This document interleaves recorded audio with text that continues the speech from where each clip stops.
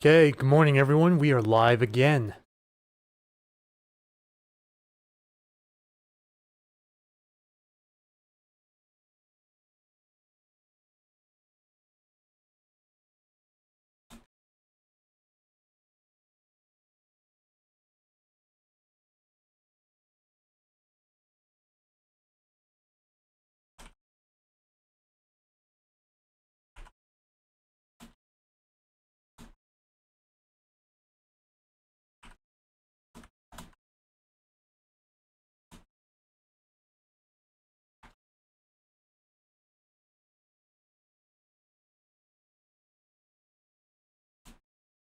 All right, Sherry, good morning. Hello. Not expect you to be on this early in the stream. Yeah, I'm just posting the message out to Facebook right now. So, just saying that we're breaking into live stream coverage. So that's the reason why the subscribers haven't gotten an early live stream update. Is because the information is breaking news. And so we're jumping straight into it without warning. There's a lot that needs to be covered, so I'm going to post it out to my social media platforms, and then we'll get started with the primary coverage. All right, Julie Olson, good morning. Hello, welcome back. Good to see you all on such short notice. Welcome in. Just cross-posting everything to the platforms at this time, and then we can jump right into it.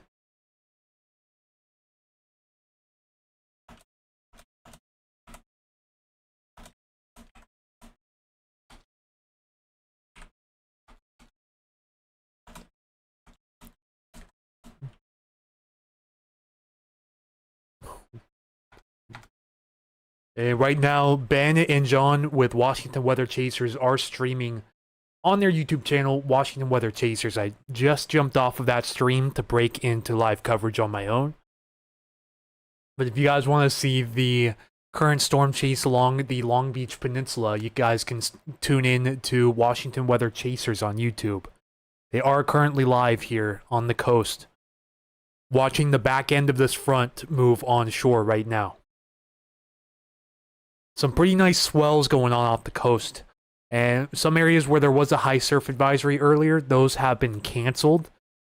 I honestly do not agree with the move, but I don't work with the National Weather Service, so I'm just going to trust them with this forecast.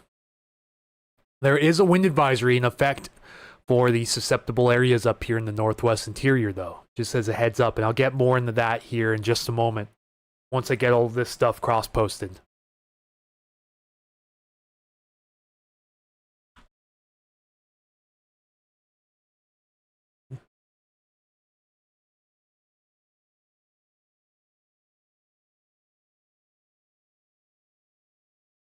Certainly lots of rain outside today. The most so far that I've gotten in a day for quite some time.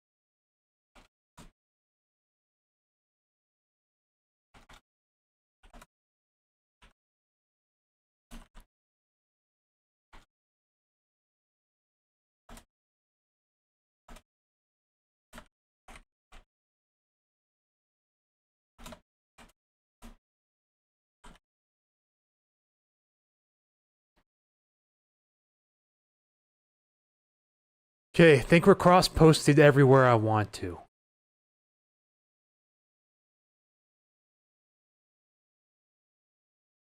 Alright, for everyone here right now, welcome in on such short notice. Thank you guys again for taking some time out of your day to come and watch. This is the current state of radar and satellite imagery at the moment. The cold front has moved on to the coast and is currently moving inland at this time. So our strongest wind gusts today, if they're not already occurring, are just around the corner. Let's pull up some current wind gusts. If I can get them to pop up. Hang on, I'm going to have to refresh this. But first, here's an alert summary around the area. Have a gale watch in effect for the Puget Sound. Have some small craft advisories in effect for marine areas along the coast and the Strait of Juan de Fuca. Gale watch for the Salish Sea and Northwest Interior at this time. Wow, Sherry already lost a tree this morning. Thank you for letting me know. Hopefully there's not too much damage where you are. So the brown areas here are in a wind advisory. This includes Port Townsend, Island County, so Whidbey Island, Camino Island, San Juan Islands, Point Roberts, and the Bellingham area. Most of extreme western Whatcom County are in wind advisories. There's winter weather advisories in effect for the Cascades and associated mountain passes. And a beach hazard statement in effect for the coast of Pacific County. It's mainly due to high swells. The high surf advisory for the northwestern coast of Clatsop County, Oregon. And we currently have high wind warnings in effect for most of the Oregon coast. As well as, okay, that's a high wind watch, but similar story. So high wind warnings, wind gusts not associated with convective activity up to 60 miles per hour possible here along the Oregon coast. So they have dropped the high surf advisory for the coast. I don't agree with this move, but it is what it is. We're still seeing some pretty gnarly swells out there at the moment. Luckily, things have cooled down a little bit behind the cold front, but the main story is going to be tomorrow's system.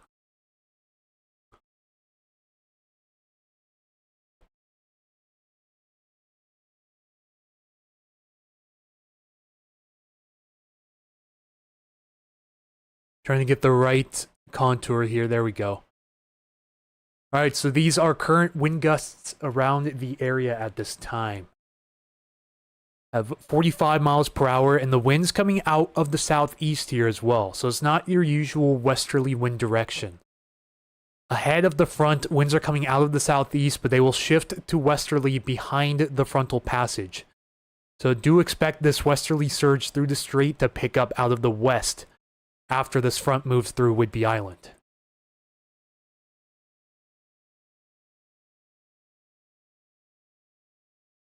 Alright, thank you everyone just tuning in. Good morning, my name's Anthony. I'm the host and founder of Puget Sound Stormwatch here on YouTube as well as Facebook. We're already closing in on 27K on Facebook. I've gained a few hundred followers in the last 24 hours. We're already at 26,644. Which is just absolutely incredible. 64 miles per hour here at Chinook Pass, 54 Camp Muir, 44 up here at Sunrise. Okay, the 64 is at Crystal Mountain. It's 44 miles per hour at Chinook Pass. A couple of 30 plus mile per hour gusts here and there. But at least so far, models are certainly overperforming. You know, showing higher wind gusts than what we're actually getting. But I do expect these to pick up a little bit since the frontal system isn't all the way inland yet. We have 35 miles per hour up here, a few scattered 30 plus up here, 40 miles per hour here in the open waters west of Whidbey Island. But down here in the South Sound, not too much. You know, we've hit 20 miles per hour at Tacoma Narrows and 23 here at Fort Lewis, but not much higher than that south of Seattle. Some of the heaviest areas of rain are moving through at this time.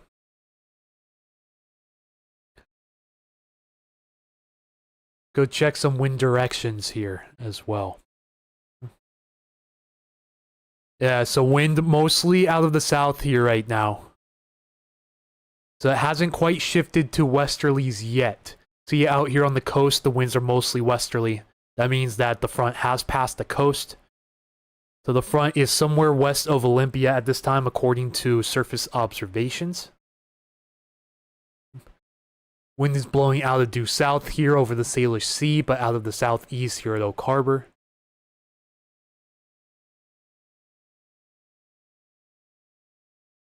And then max wind gusts since midnight. 85 miles per hour here in Mount Rainier National Park, which is just absolute madness.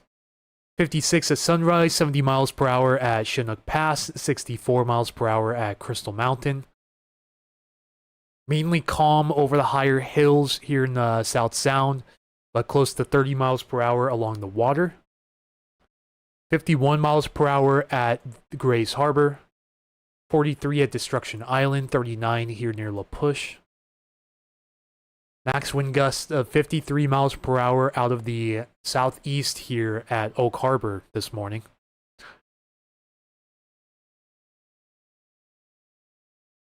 So overall, model's doing pretty good up here, but not doing so good down here in the south end. Still time for that to change, but we'll be watching that closely as we go throughout the day. See much heavier showers currently moving into Victoria, BC, Port Angeles area, and Sequim. The back end of the precipitation is moving on shore at this time. You can see the back end of this front here. Then we bring some potential convective activity as well. Notice the higher bubbling cloud tops off the coast. And then right behind that, here's the baroclinic leaf associated with the next developing system. The system's expected to move almost due east into the area. So it's currently west of Long Beach at the moment. Models are kind of struggling with the placement and intensity of this low at this time. Some bring it way up north in the North Vancouver Island. Some bring it down into the middle Oregon coast. And a lot of them bring it in between, which, depending on where the strongest gradient of pressure is on this, could bring stronger winds to the Puget Sound area tomorrow morning and afternoon. Already, yeah, I see there's a thunderstorm way out here at the moment. A lot of this is pop-up convective activity, so I wouldn't be surprised to start seeing lightning pop up on this map here very soon.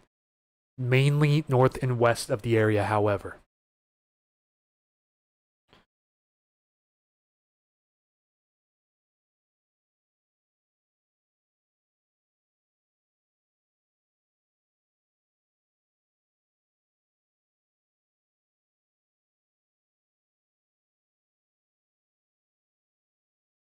Go check some models while we're waiting for some audience members to come in. It's good to see my post about the severe weather risk over Oregon making some rounds. I'll go over that here in a moment as well.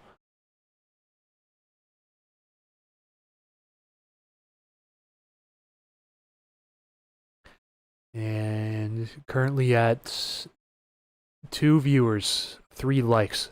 So pretty slow start to the stream. That's normal though. Be waiting as we go later on into the day, depending on how long I want to stream. May have a separate live stream tonight as well. We will see. But this is the 17Z Her, so the 10 a.m. run. This goes out to 18 hours. Let's see what this has to say right now. Certainly, it's going lower and lower on the max wind gusts for areas south of Everett, which is realistic with what we're seeing right now. It does have a small window for the westerly surge to pop up this afternoon, up to 45 miles per hour out of the west over Whidbey Island, but otherwise, as the front moves through, not seeing any more than really 40 miles per hour in the Seattle area, and 30 to 35 across Tacoma, Everett, and Olympia. Behind that, a brief break in the winds before things really begin to pick up with this weather system tomorrow. I currently don't have up-to-date 48-hour imagery. We gotta wait for the 18Z to render, but I can go back to the 12Z and show you what the 12Z was showing. This was the 5 a.m. run for this morning's weather models. And see, close to 50 miles per hour here in the Seattle area if this were to verify. This would be at 10 p.m. tomorrow night. So a mainly nocturnal threat for the strongest winds here in the Seattle area. So I would certainly take today and tomorrow morning and early afternoon to prepare your power outage kits and get anything wrapped up outside that you don't want blowing away. There is certainly that possibility. Make sure your Halloween decorations are enforced if possible. For the Olympia area, it goes lesser down here. Some areas down here in the Chehalis River Valley are over 45 miles per hour. Capitol Peak is around 50 miles per hour. Immediate Seattle area is 45 to 50. Everett is up to 43. Some areas 45 plus along the water. Down here, Tacoma, around 40 miles per hour, 40 to 45, at around 10 p.m. tomorrow. This is according to the HER 3KM model. We go compared to the NAM.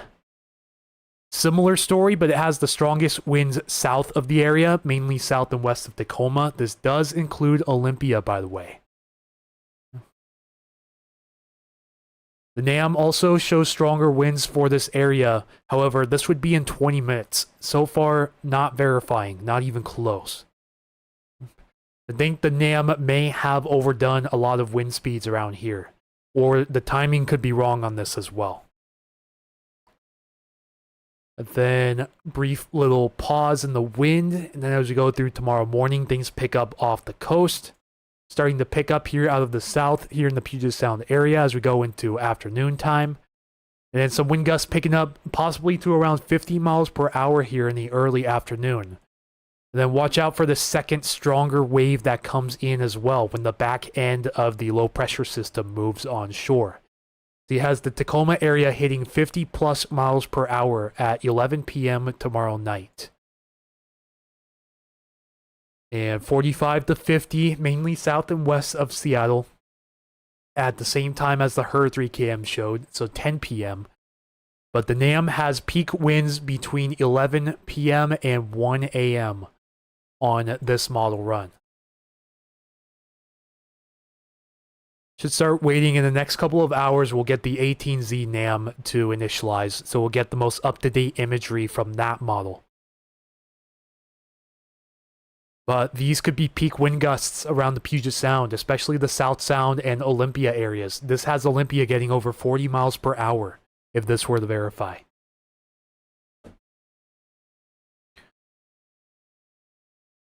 This has my area, Milton, hitting about 50 miles per hour too, which would be impressive for this time of the year. But the ground recently saturated and a lot of leaves still on trees. Certainly is the chance for some tree and power line damage. So even though the wind gusts don't seem as strong as a higher end windstorm, the chances of seeing damage around here are elevated due to those factors. Just as a huge heads up to everybody watching. Soaked grounds and trees still full of leaves are a combination for higher end effects in some areas. But now I want to pull up some breaking news that I got earlier. This is the Storm Prediction Center Day 2 convective risk, and they do have parts of the area in a marginal severe risk. This includes Lewis County southward, so parts of Centralia, Chehalis, Toledo, Winlock, Vader, for example. You guys are in this risk. It's also a 2% tornado risk along the immediate Oregon coast. This does stretch inland a little bit along the I-5 corridor, including parts of Corvallis and Eugene. But it's mainly from Tillamook County south down towards Coos Bay. Chance of a couple of landfalling waterspouts possible tomorrow. And then this is why the marginal risk was put in. This is the chance for damaging winds. A 5% chance of seeing a damaging wind gust within 25 miles of the brown line. So extend this contour out by 25 miles, and that is your area where you have the risk for damaging winds. It does include parts of Olympia as well, mainly the southern parts of Olympia. There's this much spread because it's still unknown exactly where the mid-latitude cyclone is going to make landfall. presumably going to be somewhere in the middle of this contour here along the Oregon coast. And then no hail risk at this time. This is what it has to say for portions of the Pacific Northwest right here. It's saying that we indicates 50 knots or about 58 miles per hour westerly flow. So winds out of the west extending as low as 10,000 feet in altitude, excuse me. So 700 millibars is the pressure equivalent to about 10,000 feet above sea level, suggesting that little mechanical downward momentum transport is needed. So therefore, not much of a downdraft is what it's saying is needed to support strong to potentially severe wind gusts here and there. It says this will encourage the development of at least one or multiple low-topped convective bands. Sherry, what area? And I'm sorry. I believe Sherry is in the Olalla area of Kitsap County, if I'm not mistaken. It's north of the Purdy area.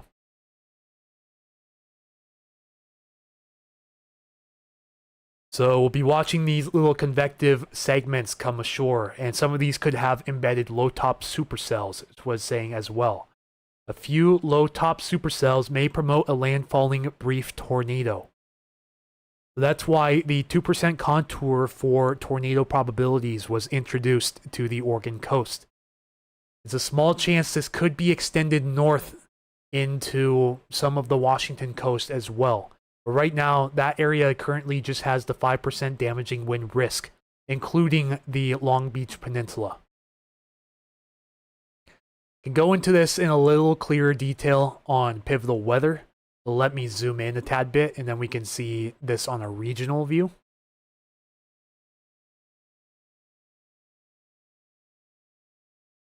So this is the day one. Currently has a general thunderstorm risk for the Washington and Oregon coast. A small chance of thunderstorms within 25 miles of this line here. So this includes the entirety of the Washington coast, inland as far as Port Angeles. And then the day two, this is the marginal risk. You notice how Lewis County is included in this.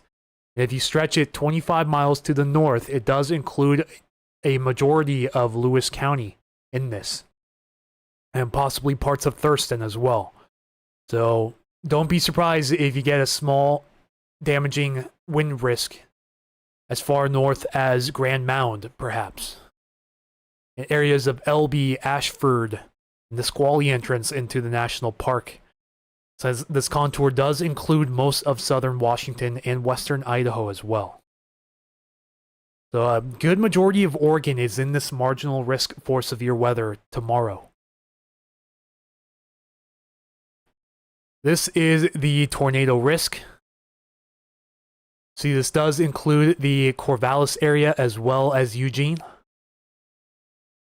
This goes all the way down past Coos Bay and all the way up towards Rockaway Beach in areas just south of Clatsop County. I believe this does include the city of Tillamook as well. And as a lot of you know, a few years back, we did have, I believe, an EF2 tornado make landfall here in Manzanita, Oregon, which caused quite a bit of damage there along the coast. And that was an extremely similar setup to what we could see tomorrow, so the chance is certainly there. And this is the damaging wind contour here. See a 5% chance, but also a 95% non-chance as well of seeing a damaging wind report within 25 miles of this line here. So extend it out to 25 miles in each direction, and that is the effective radius of this contour here. This does include a majority of Lewis County. It also includes a good majority of Pacific County as well, but we don't primarily cover Pacific County. We mainly cover Lewis County northward.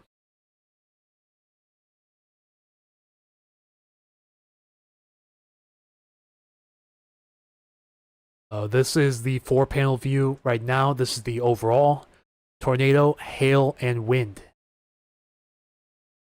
Was just informed of this from the SPC a little over an hour ago. See, it was updated at 17:30 Zulu time, which is 10:30 a.m. Pacific Daylight Time.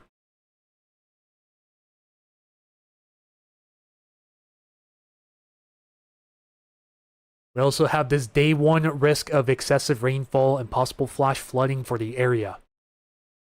Mainly over the foothills, higher elevations, and the coast. This includes the entirety of the Willamette Valley all the way down into northwest California.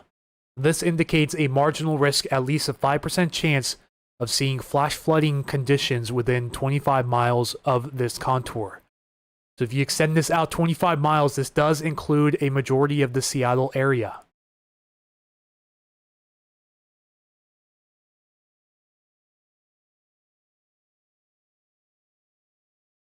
Then waiting for this to update, but here's the wind advisory in effect. So wind gusts 45 to 50 miles per hour expected for parts of Island County, the lowlands of western Whatcom County, including Bellingham, Port Townsend area, as well as San Juan County. So this does include the city of Bellingham. And it's from 5 a.m. this morning to 2 p.m. this afternoon. This is associated with today's cold front and atmospheric river conditions. Heavy rain moving into the foothills and Mount Baker area at this time. Heavier rain over Victoria, BC, moving into the Strait of Georgia. We're currently just seeing moderate rainfall around most of the Puget Sound. Notice the Olympic rain shadow in full effect here over parts of the peninsula, Port Townsend area. Starting to finally see the back end of this front move in off the coast. But we're watching some areas of convection as well. We do have a history of lightning with some of these little cells in these embedded bands out here. Lots of convection going on north and west of the area as well.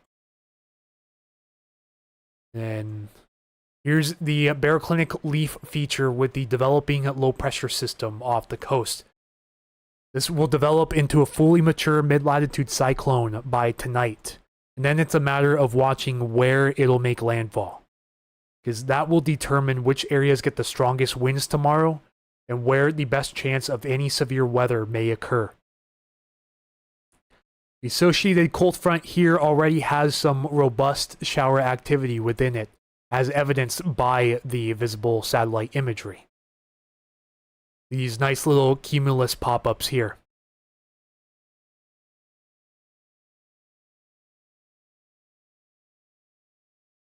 So they're still waiting for the front to move through the Puget Sound area, so there's still plenty of time for these wind gust totals to pick up.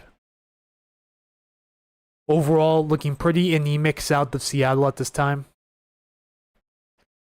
But definitely whipping up here in Oak Harbor, although the winds are currently out of the southeast, which you don't see too often. But once the back end of this front passes, the winds will switch back to out of the west from the Strait of Juan de Fuca.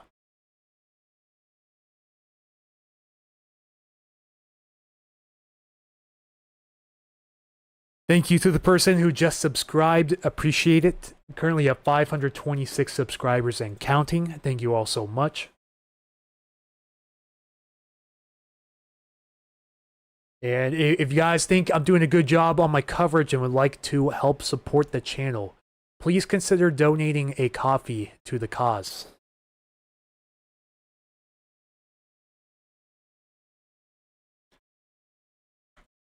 All proceeds go back into improving this channel and Facebook page. Eventually in the future, I would like to hit the road more, but unfortunately, funds are tight at the moment, and my vehicle needs some repairs before I make any long-term road trips out to the coast and whatnot. Do have a few chasers on the coast right now if you guys want to go check out Washington Weather Chasers.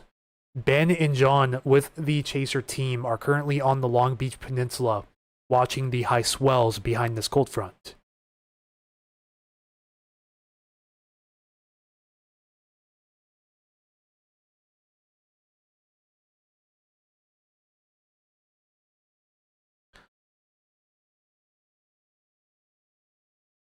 So for anyone tuning in who may have just missed it, we currently have a marginal risk that was issued. This is day 2, so effective tomorrow. Includes parts of Lewis and Pacific counties and points southward. Most of Oregon, as well as a 2% tornado contour introduced to the central Oregon coast for tomorrow. Small chance of landfalling weak low top supercells that could produce a brief tornado out there.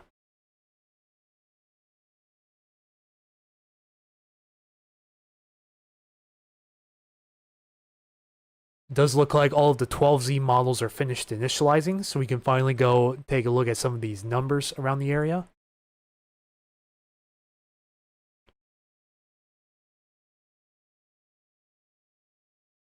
So this is what it shows for this afternoon on the European. On the higher end of things, it has Seattle at 46 miles per hour, Tacoma and Everett at 40 miles per hour. Later tonight, so a good agreement with the timing of the winds tonight overall. Even has the Olympia area getting over 40 miles per hour for a short time.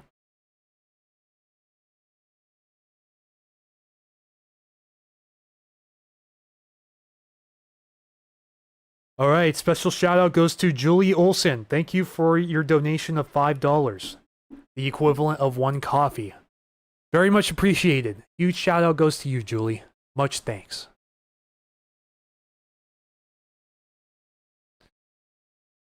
Then this is...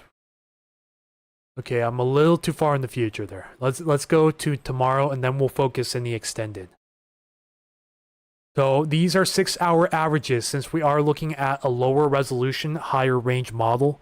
These are going to be 6-hour averages, so we won't be able to see it on an hourly basis on this model. But the average between 5 p.m. and 11 p.m. is around 45 miles per hour for the SeaTac Metro. This includes parts of the I-5 corridor all the way down to Longview, up through Olympia, Tacoma, Seattle, Everett, and points northward as well. A brief break in winds, but then we'll be watching the October 29th window as well. See, it's picking up strong westerly surge here on the 29th, close to 60 miles per hour for parts of Whidbey Island, if that were to verify. But definitely looking on the lower end of the spectrum here over the Puget Sound now. Now, in previous model runs, this was showing some intense numbers, like over 60 miles per hour for parts of our area a few days ago. Luckily, that has since backed off quite a bit. So in strong winds for Whidbey Island, Halloween night. Patio umbrella did not survive. Very sorry for your loss.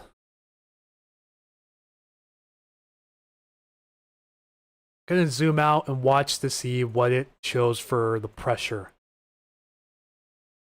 What does it show for the deepest pressure on this system? So it's about 989 millibars, but it pulls it much farther north in this run compared to the previous one.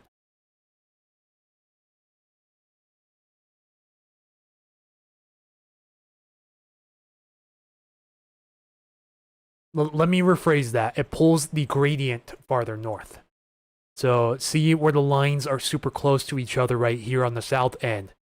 For the strongest winds over here in the Puget Sound area, you want these tight lines to form directly over the Puget Sound and not move to the north.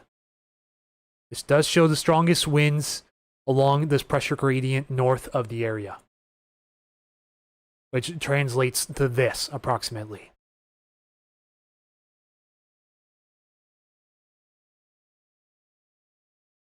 Go see what the GFS has to say.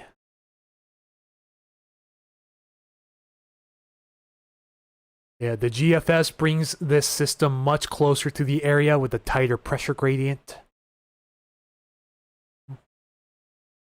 Although not translating very much to wind gusts. I think the GFS, the American model, may be underplaying these totals a bit around the area. It shows at most around 42 miles per hour for the SeaTac area.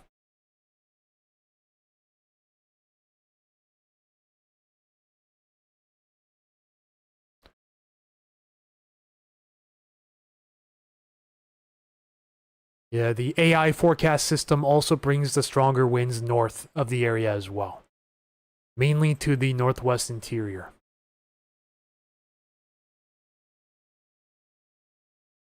And then the Canadian.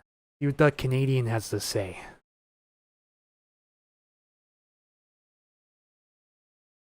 Yeah, the Canadian's pretty much on the money with it as well. The 6-hour average for tomorrow afternoon and night, about 40 to 45 miles per hour for much of the SeaTac area. Stronger immediately off the coast of Long Beach and parts of Astoria.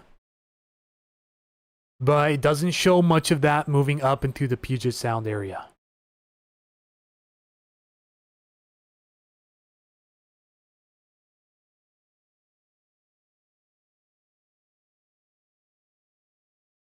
Lots of stuff coming out on Facebook here. And we're quickly, very quickly approaching 27,000 on Facebook already. Yeah, good to see the Facebook post about severe weather is getting out there.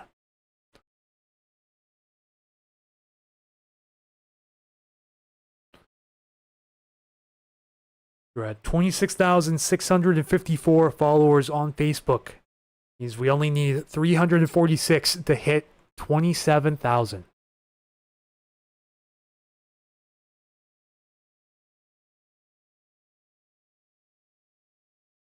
Yeah, I see a lot of confusion on the posts as well. They're confusing the severe weather with the wind potential. The wind potential that I showed on the SPC map is for convective winds, so associated with any severe storms that may form.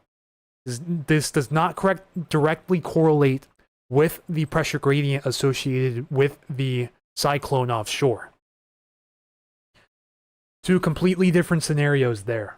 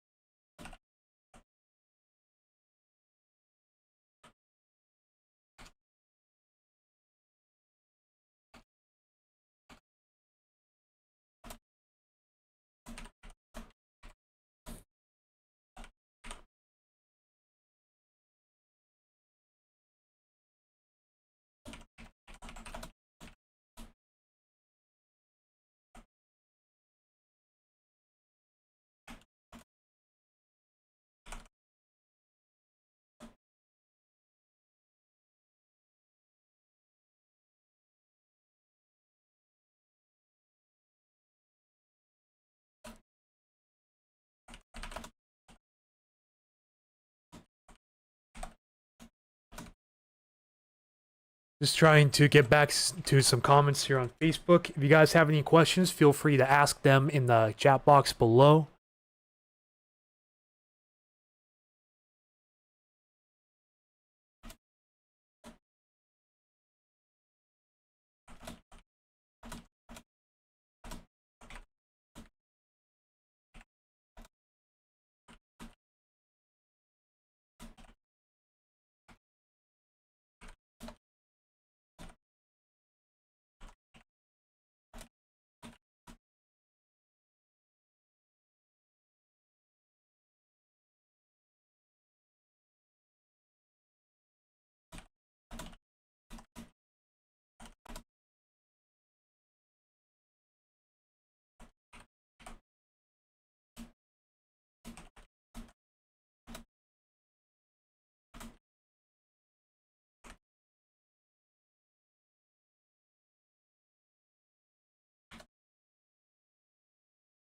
Ooh, that took a while to explain.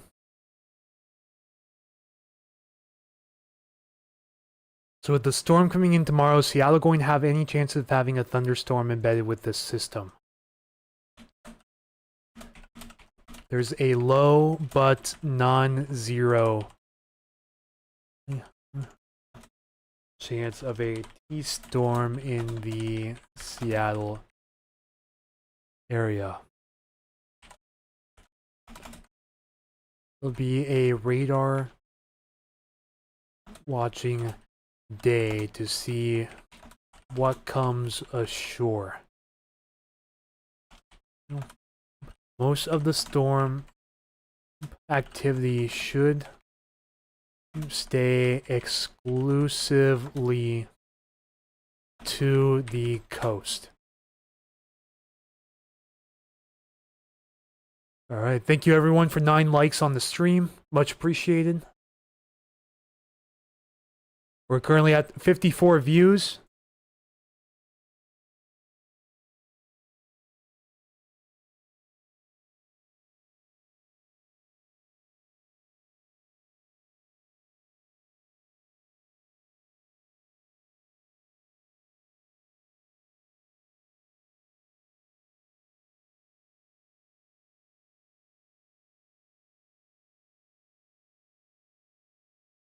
Yeah, let's go back to current radar. The heavy rain moving ashore here on the northern Oregon coast. We're getting closer and closer to getting some sun breaks behind this front along the north coast. Looks like Cape Flattery may already start to be clearing out. Let me open up radar scope real quick and see what it has to show. This is the Langley Hill radar site. And then Camino Island. So right now, it looks like the front is right about over Bremerton, west of Olympia.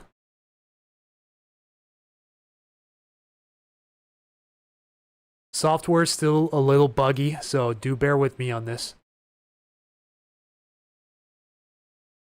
Yeah, you can clearly see the frontal boundary here where the wind shifts.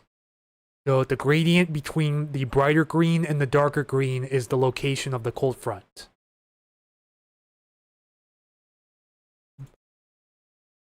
So this area should be getting their peak winds here in the next few hours. You're already gusting to 37 out of the southeast here in Arlington. Lindsay Pease, welcome in to the live stream. Can you let me know how Seebeck looks tomorrow? What speed of wind gusts? Yes, gladly. Let me go pull that up again real fast.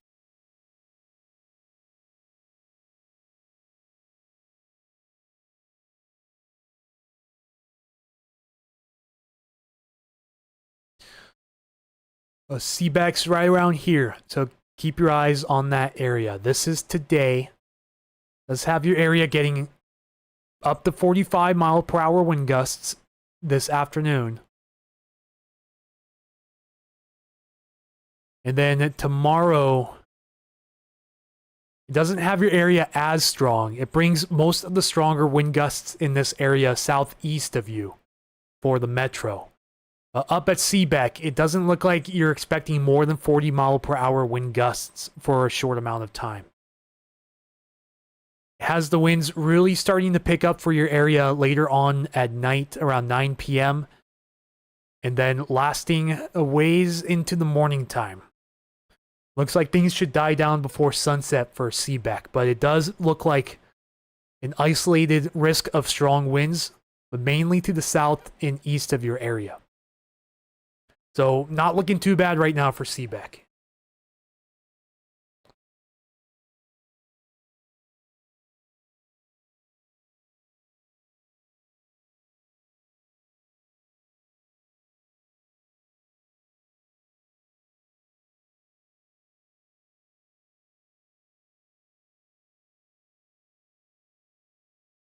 All right, Keith Capillaro. Feel free to correct me if I butchered that last name. I guess I'll just call you Keith C right now, or Keith. Good afternoon from Bellingham. Will we see more winds in Bellingham? Today, yes, the advisory is in effect until 2 p.m. today. So these wind gusts aren't currently verifying right now on the NAM 3KM. Much lower than what it's showing. If I can get this map to refresh to show you.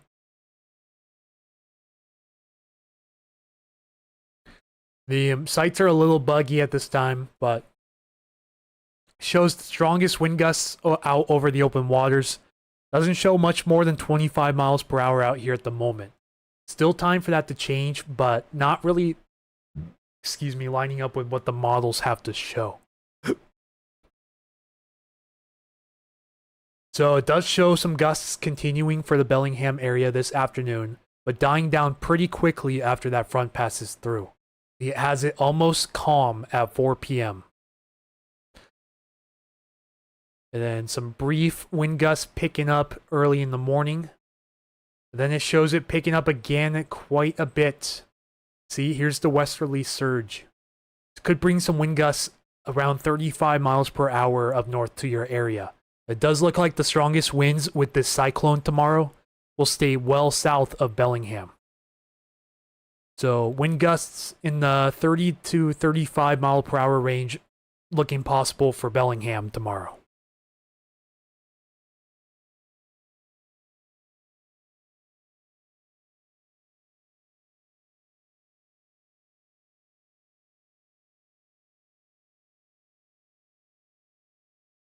Comments are just pouring in here on Facebook.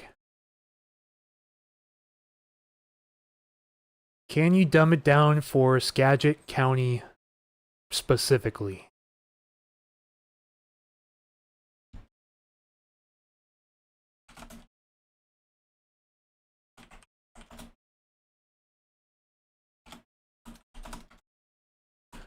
Well, gladly I'll do that for you. Keith says, thank you. Yes, you're very welcome. Hopefully that answered your question. I do want to compare that to what the HER is saying. So we're not nearly all the way through the 48-hour run yet. So I'll just go to the previous 48-hour run and show you what it says for that area. Shows it a little bit stronger on the HER, but sometimes the HER model can overdo wind gusts for the area. So this is as the back end of the cyclone is passing through. Notice how it's much stronger here over the Strait of Juan de Fuca and the Salish Sea. But if you translate that to up north at Bellingham, it still only shows wind gusts up to 30 miles per hour during that time. And this is overnight, by the way. So we'll likely see peak wind gusts, for anyone watching, we'll likely see peak wind gusts in this area overnight tomorrow. So it's looking more and more like a nocturnal event for much of the interior Puget Sound. This is courtesy of the 12Z HER 3KM, the 5 a.m. run. Areas around SeaTac possibly getting up to 50 miles per hour tomorrow night.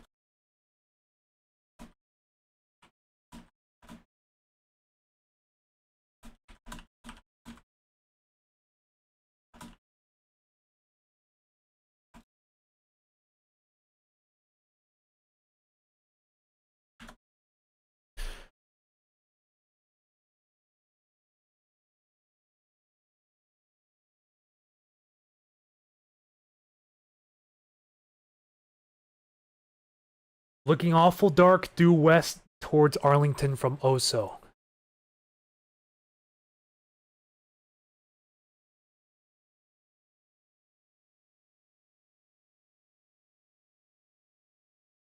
Yeah, it's kind of in rain shadow at the moment. Pretty hard to see, but it does look like we have a surge of wind and rain coming down the strait at the moment. It's a little bit hard to tell due to the radar proximity if this is associated with the front or not.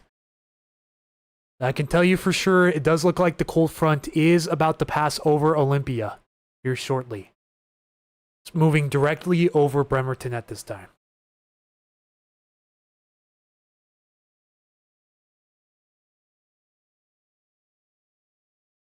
Yeah, amazingly, that area of the rain shadow is moving into Arlington right now. Is that gusts or sustained winds? These are gusts, not counting sustained winds.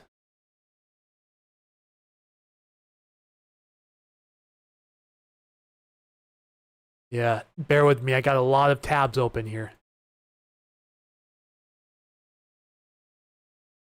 So these are all gusts. I can show winds, however. These are in knots, so we just have to multiply the number by 1.15 to convert it to miles per hour.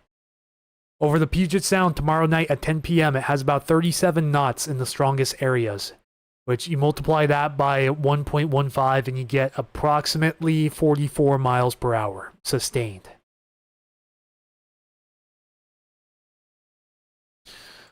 And over the inland areas, 20 to 25 knots, which is around 30 to 35 miles per hour.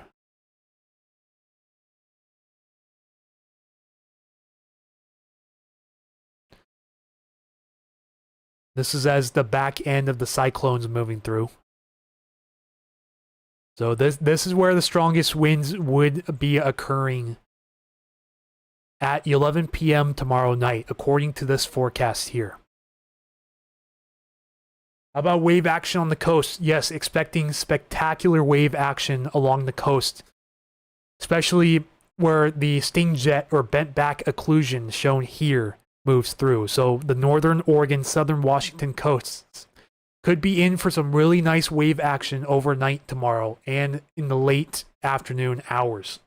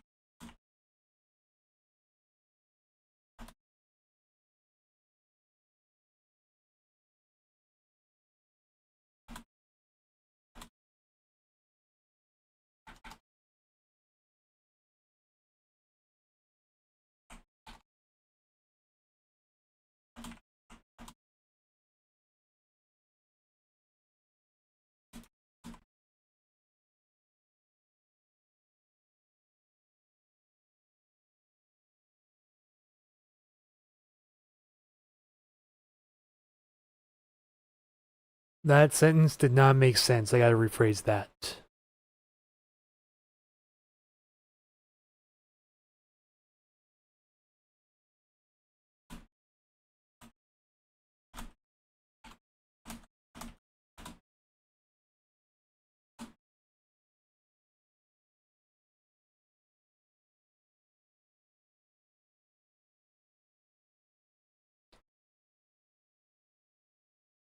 Was that really?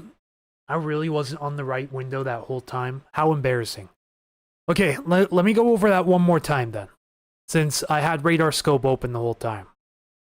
So anyways, this is going into the afternoon hours tomorrow. This is around 5 p.m. Strongest winds out here are associated with the sting jet, aka the bent back occlusion, the area where the strongest winds occur within a mid-latitude cyclone. This is expected to make landfall somewhere around the North Oregon or Southern Washington coasts. This will bring the strongest winds ashore behind it, around 7 p.m. or so for this area. For the area of the coast and some areas eastward inland. Have an active storm pattern next week, right? It's looking like Tuesday and the Wednesday could bring in another period of active weather. Keeping my eyes peeled on that setup because some of the previous solutions, especially the ones last night, were showing a huge damaging wind event for us. Those have since dramatically backed off this morning, which is great news. But we're not seeing any correlation within any of the models right now. So a lot of uncertainty up in the air for midweek this next week. And so we're looking at sustained winds right now here in knots. This has pretty decent pressure gradient, 6 millibar pressure gradient between the Hood Canal Bridge and Olympia area, which is pretty tight for this area. As the back end of the cyclone swings in, has some wind gusts or some wind speeds of sustained winds in the 35 to 40 knot range for the Puget Sound. So you multiply these by 1.15 to convert to miles per hour. So 36 knots would translate to about 40 miles per hour. And these are sustained, not gusts. This is at 10 p.m. It even has sustained winds from the west, upwards of 42 plus miles per hour down the Strait of Juan de Fuca. This is at 11 p.m. So the majority of the event will be nocturnal. Just as a heads up. You're going to be up late at night. Have that power outage kit ready just in case. It has continuing sustained winds out of the west over the strait, even getting as high as 42 to 43 miles per hour, sustained out of the west over the Strait of Juan de Fuca, including parts of Whidbey Island, Fidalgo Island, the San Juan Islands, and Camano Island as well. This is all the way out to midnight. So this is what it's showing for sustained winds, not counting gusts. If we convert that to wind gusts, it does have wind gusts perhaps even as high as 55 miles per hour over the open waters of the Puget Sound, at the back end of the cyclone moving through. Really going to depend where exactly does the Sting Jet move into. It moves a little bit north, it could bring stronger wind gusts overnight to the Puget Sound area. It does look like it wants to keep the strongest of the winds mainly over the northern Oregon coast. But when the back end of the cyclone swings through right here, this will bring the strongest wind gusts to areas of western Washington tomorrow night. This is all the way out at midnight, showing close to 60 mile per hour gusts out of the west for Whidbey Island and surrounding areas. Let's see how much we have on the 18Z. We're out to 22 hours, so we're not quite in frame yet. It seems like the new HRRR model is starting to correct for current wind gusts in the area, starting to downtrend. It does show the area only between 30 to 35 miles per hour, some spots locally higher possible, as the cold front passes through in the next hour, and then gradually calming down behind that. Still shows things a bit stronger up north, including up to 50 miles per hour possible in Bellingham. I do think this is overdoing it, at least compared to what current observations are showing. Does show the highest wind speeds in the area right now, not counting the mountains, being over Whidbey Island.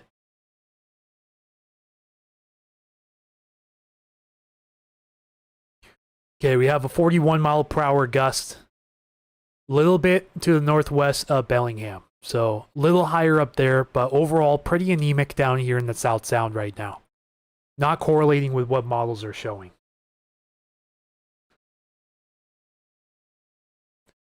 So I guess we can go into detail about what's coming up this next week. Because it looks like the potential for multiple frontal passages is certainly there. At least a couple days next week.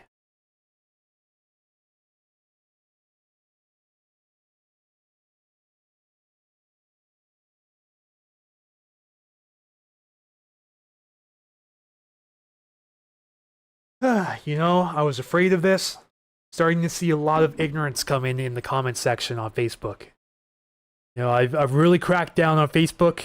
I made it so that only followers can comment on my posts from now on. Unfortunately, the guests ruined it, and they cannot be trusted anymore. It's a lot of ignorance and even some hate speech leaking through that comment section, and I want nothing to do with that.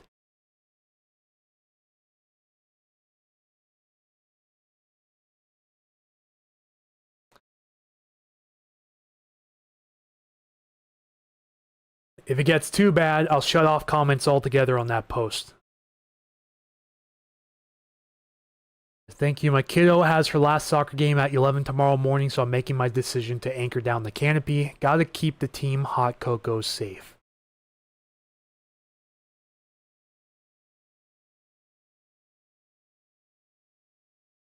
How does someone in Norman, Oklahoma know more?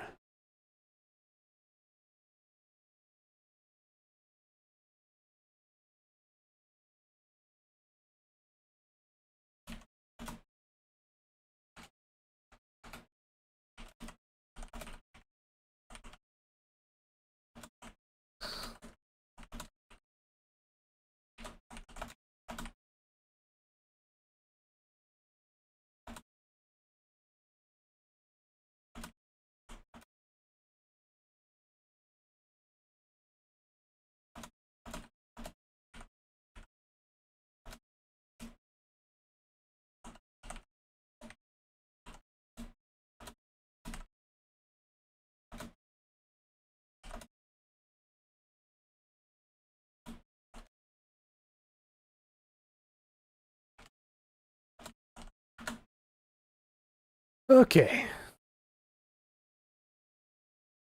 I have an app on my phone called NOAA Buoy Report. 31.1 mile per hour wind gust at the airport. It makes sense, and it does look like this could be the front moving into your area soon, so perhaps expect the wind gusts to pick up a little bit, as well as the wave activity over parts of the Puget Sound as this cold front moves through, and things are going to gradually cool off for a while behind that cold front. Looks even more impressive on radar scope as well. See, this radar echo is near the radar, but it still shows heavier rain moving directly over Whidbey Island now. And notice we had a wind shift out here near Port Townsend as well. Wind now gusting out of the northwest at 24 miles per hour. So that does mean that the front has passed through Port Townsend and the wind shift has occurred. Wind is due south at 26 miles per hour here at the Skagit County Airport. Still a little bit out of the southeast, gusting to 49 here at Whidbey Nass Station. You still kind of see the cold front here, where the wind shift is showing up on the velocity. So it's just west of Olympia, gusting to 26 miles per hour out of the south at Olympia Regional Airport at this moment. Gusting to 17 here at Chehalis Centralia Airport. And it's gusting out of the southwest at Shelton now. So it looks like the wind shift has started here at Shelton.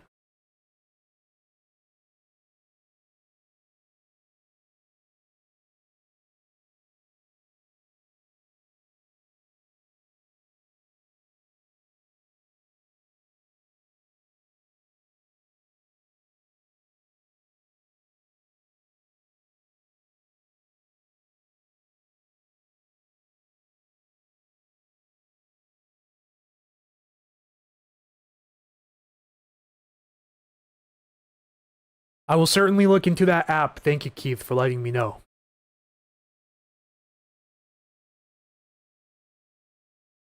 Oddly enough, it shows Tunfield in South Hills gusting to 13 out of the north. I don't believe that's right.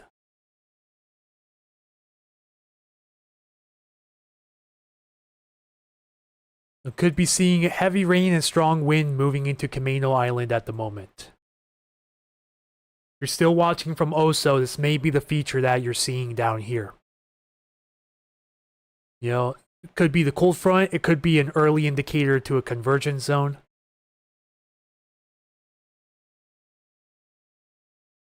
We are seeing some pretty strong winds, several thousand feet above ground level. See how the beam height goes up the farther you go from the radar. So at around 2,500 to 3,000 feet above the radar site's ground level. Showing some pretty strong wind gusts up there. See, it's showing winds in the 35 to 45 mile per hour range, several thousand feet above the ground over the central Puget Sound at this time.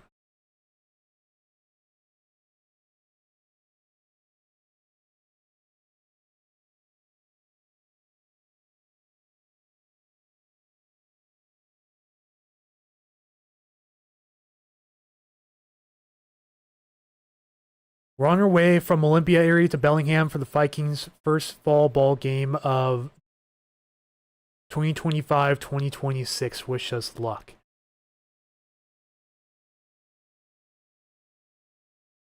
Whew, definitely not a good day to play any sports outside.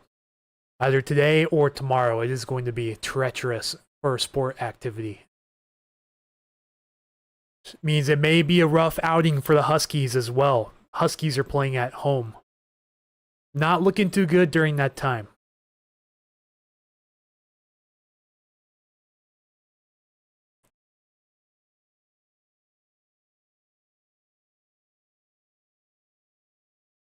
All right, 26,661 followers on Facebook, which means we're only 339 away from 27K already. Only a couple days ago, I hit 26K. It's already gone up that much. Pretty incredible, honestly.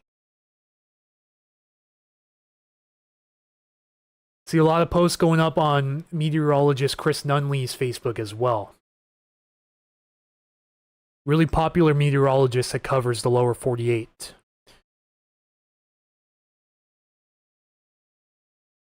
But his comment section's an absolute plague sometimes. It's too bad, honestly.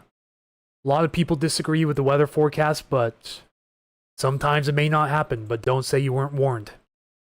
It's the way I think about it. It may not happen, but don't say we didn't warn you in case it does.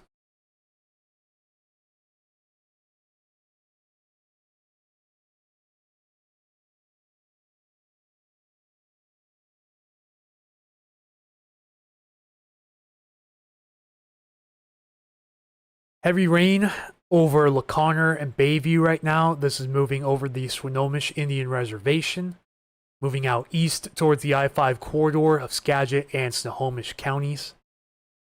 Showers directly over the radar site. I do believe that is part of the cold front, judging by the orientation of the velocity here.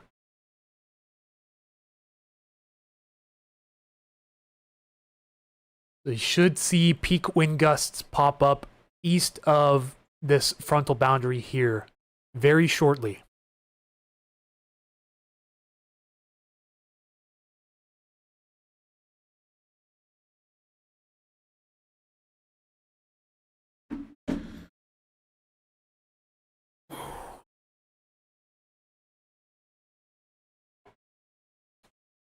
I'm gonna have to get up and stretch here in a moment. Been sitting down for a while.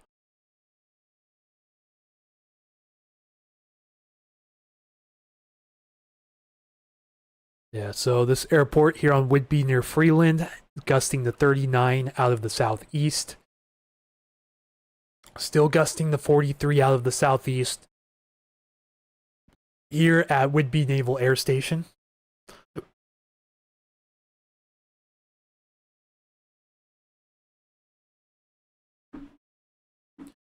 Gonna get up for a quick stretch and water break, everybody, so be right back. Hang tight.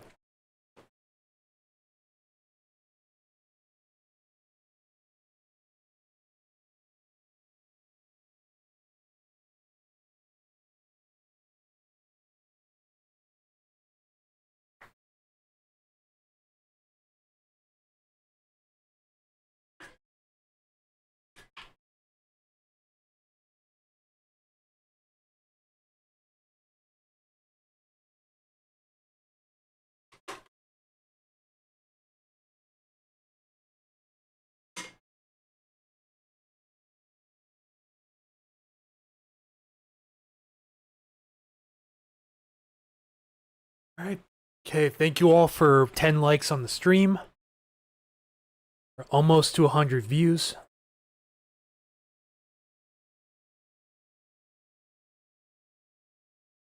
You go post an update to this on Facebook real quick.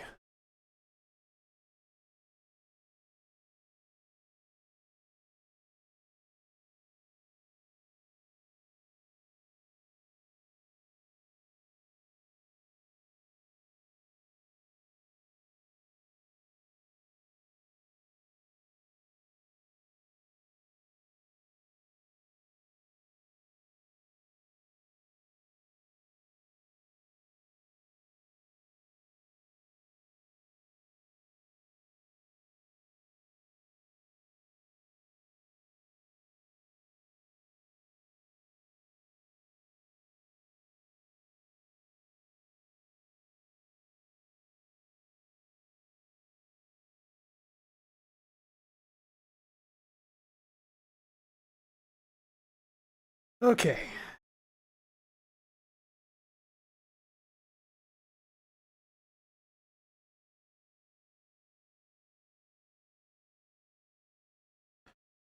Gonna go and post this to the Facebook story.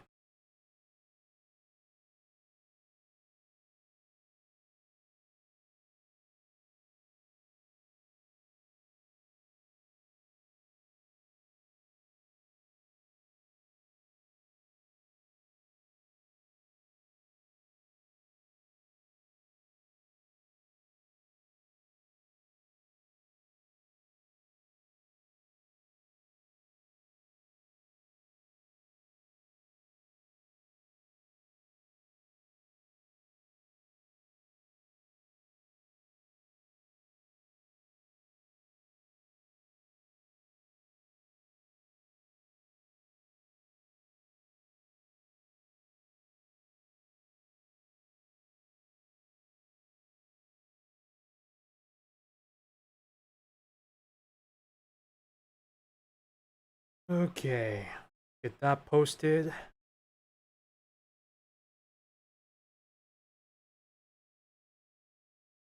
This cold front's looking really impressive on radar now. Some higher radar reflectivity showing up over Camino Island. This is moving in towards Stanwood, Conway, Mount Vernon, Burlington. Along the I-5 corridor, heavy rain and strong winds are on the way.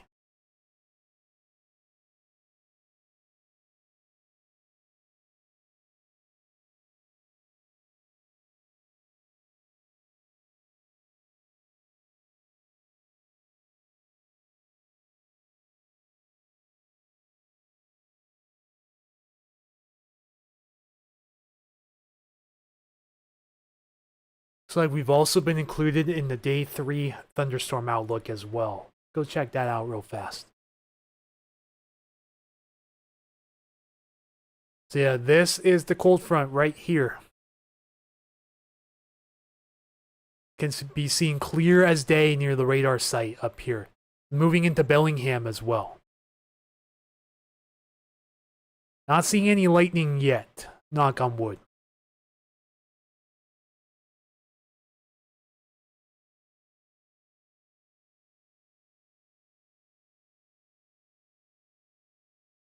But see, most, if not all of Western Washington is in the Day 3 thunderstorm outlook. This means a general risk of thunderstorms within 25 miles of a point along the green line here. So extend this out to 25 miles, and that's your effective range for this contour, as seen here. So thunderstorm risk as well for Sunday. This would probably be along the back end of the cyclone as it moves in, so I'm not expecting any storm coverage that long into the day, at least right now.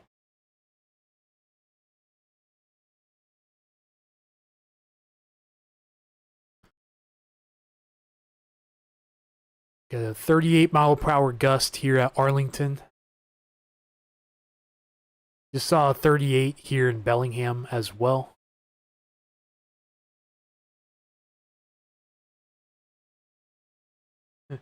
I live near the Narrows, please and no thank you. Can't make any guarantees, but let me see what I can do. Yeah, wind gusts down here in the south end, definitely underwhelming so far.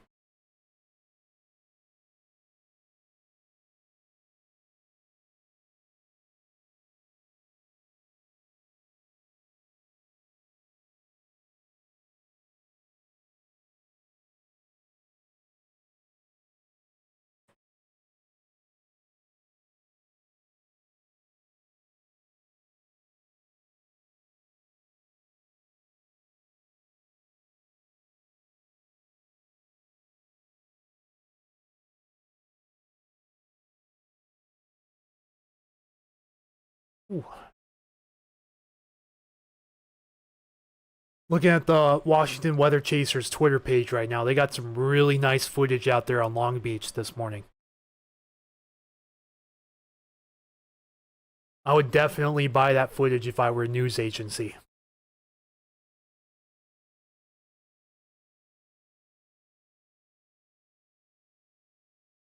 So yeah, so today is just part 1 of the weather fun. Part 2 is tomorrow. And part 2 looks like the fun part.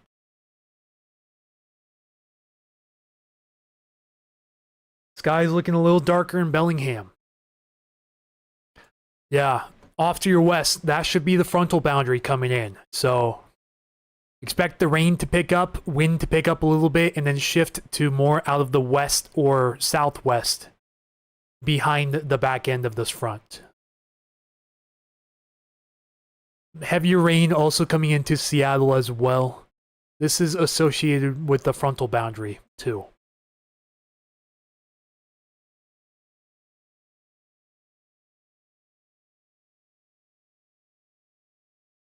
Currently Milton, a little breezy outside. Some rain still falling. It's light rain, but we've had moderate rain for most of the morning so far. Were a few times earlier where the rain was absolutely pounding the window. That has since calmed down dramatically.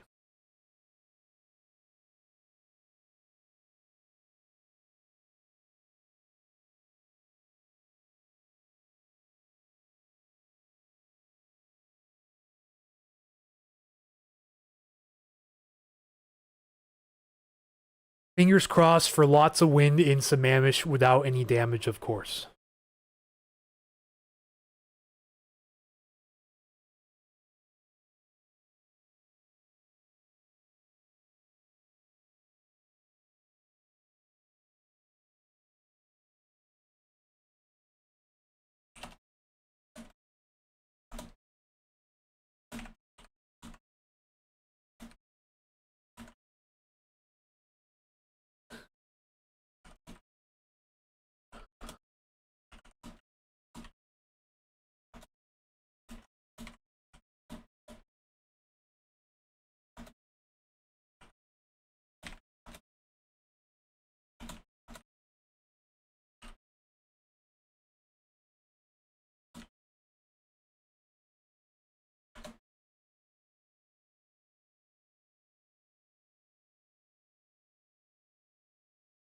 I don't think a frontal boundary gets any clearer than that on radar.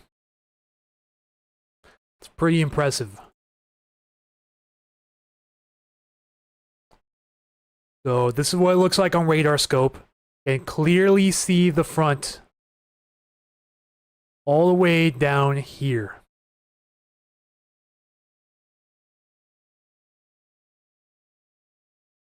This may be 2 separate little frontal features within the same frontal boundary too.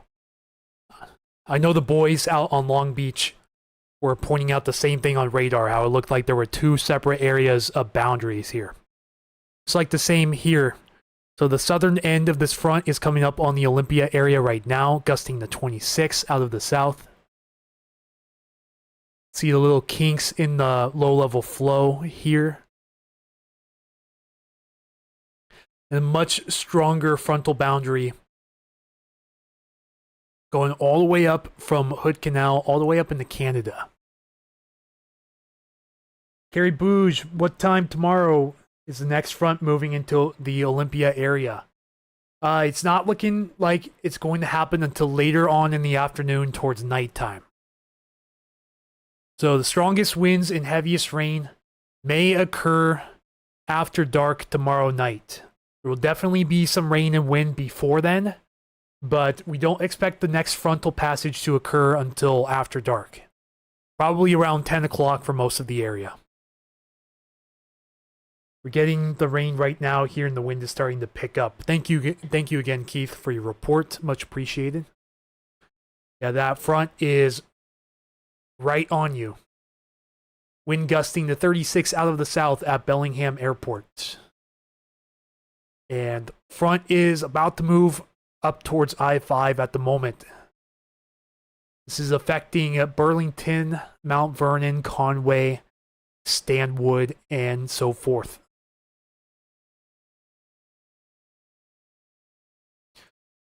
Textbook front right there, folks. Textbook.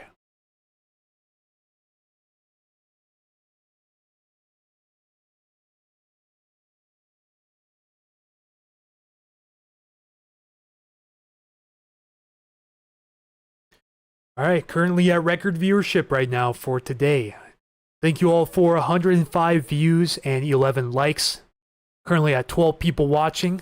Anyone new tuning in, hello, my name is Anthony. I'm the host and founder of Puget Sound Stormwatch on Facebook, YouTube, and other social media platforms. I know a lot of you may be coming from Facebook. That's where a majority of my audience is.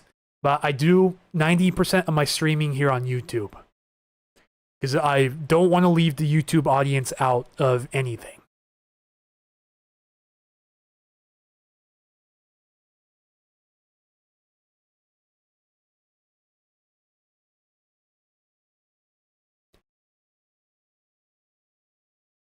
Ugh. Getting a little darker outside my window too.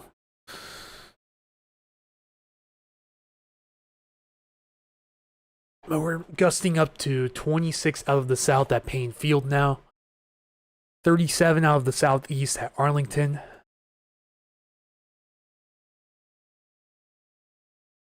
Just waiting to see when these wind shifts start to occur at the observation sites. Then you know for sure that the front has passed through. See, wind is coming out of the west at Shelton now, so the front has passed through Shelton.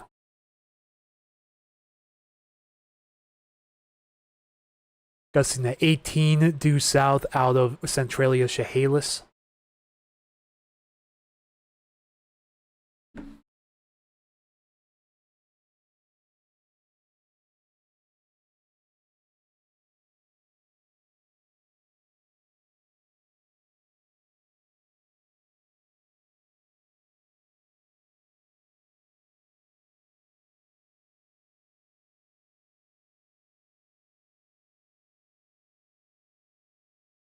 Getting some video of the front moving through right now.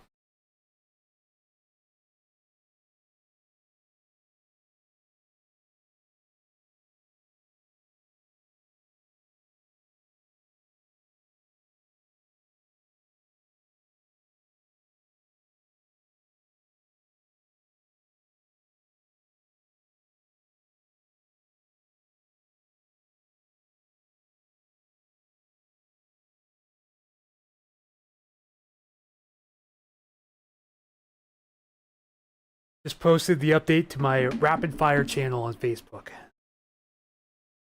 Expecting to get quite the workout out of that, especially tomorrow. But yeah, this frontal boundary is right on the I-5 corridor right now. Expecting things to really pick up in the next few minutes.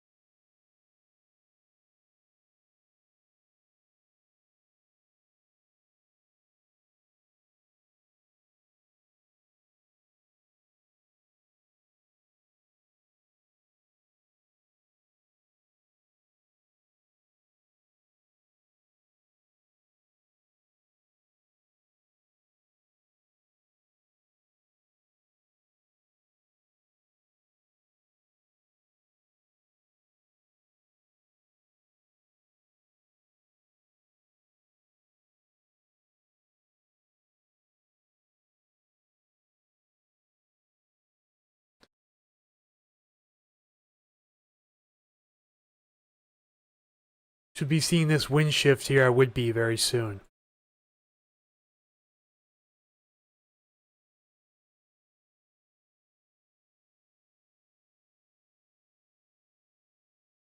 But there's your front. It can't be any clearer than that.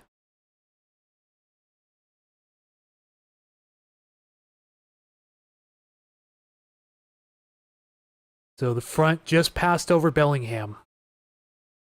It's currently directly over the I-5 corridor between Snohomish and Whatcom counties, producing heavy rainfall and strong winds along with it.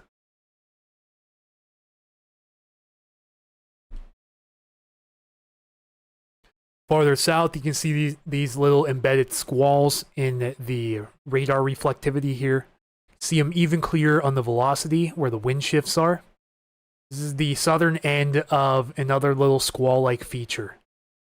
Possibly associated with the front, but it looks like it's ahead of the main cold front. Currently moving into Olympia at this time. It's heading east towards Everett, Seattle, Tacoma, and Olympia.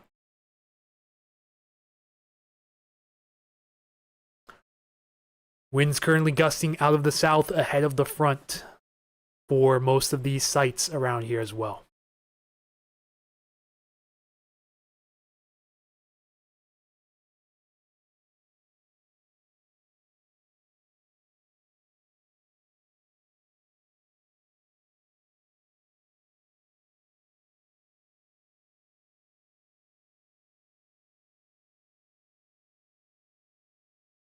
Looks like Washington Weather Chasers just posted an update on this as well. Yep, newest frame, and it's immediately over the I-5 corridor right now. Like, heavy rainfall all the way from Stanwood, all the way up through Alger. Moving off to the east into the foothills at this time.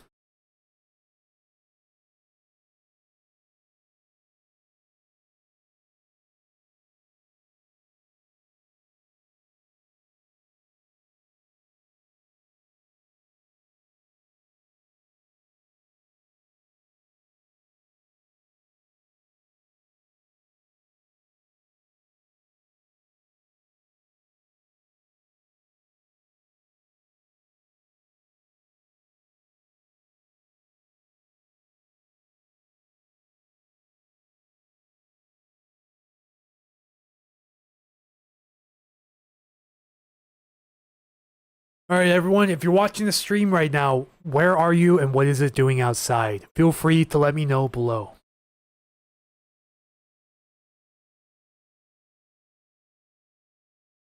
Wind direction is changed out to the west, out of the west here at Port Hadlock.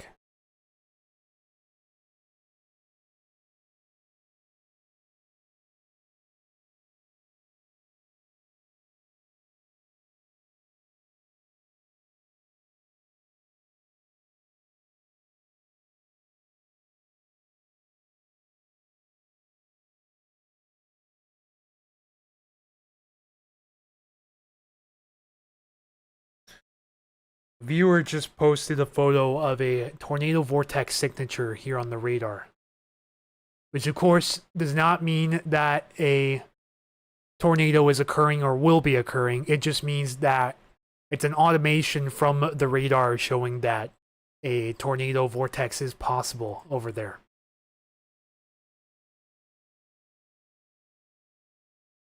See if we can pull that up.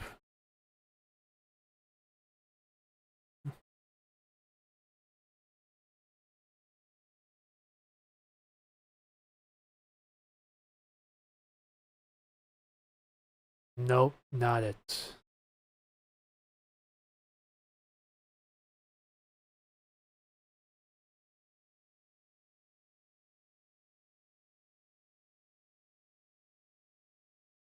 Storm tracks. Yeah, so shows tornado vortex signature, but this is off in the foothills where there's rough radar coverage, so take that extremely lightly.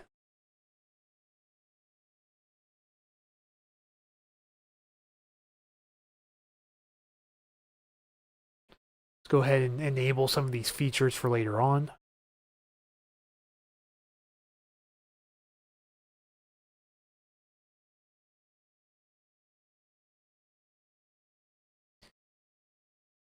Yeah, this is the current positioning of the front for anyone just tuning in. Mainly affecting the North Sound at this time, but we do have a squall moving into the South Sound as well that could kick up some winds ahead of it. This is on the doorstep of Olympia, as well as Everett, and points east of it, including Seattle and Tacoma, will be affected by the squall in the next hour or so. So expect strong winds and heavy rain with this.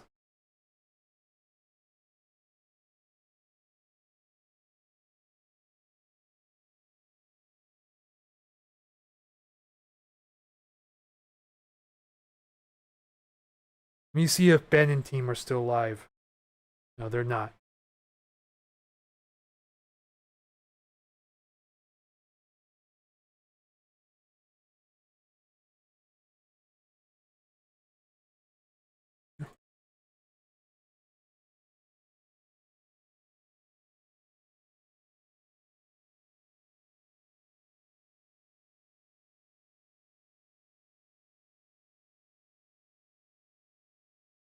It looks like the Washington Weather Chasers team is going to be staying down in southern Washington or northern Oregon tonight. And they're going to go and storm chase that 2% tornado contour along the Oregon coast tomorrow. See if they can get a land water spout or two out there.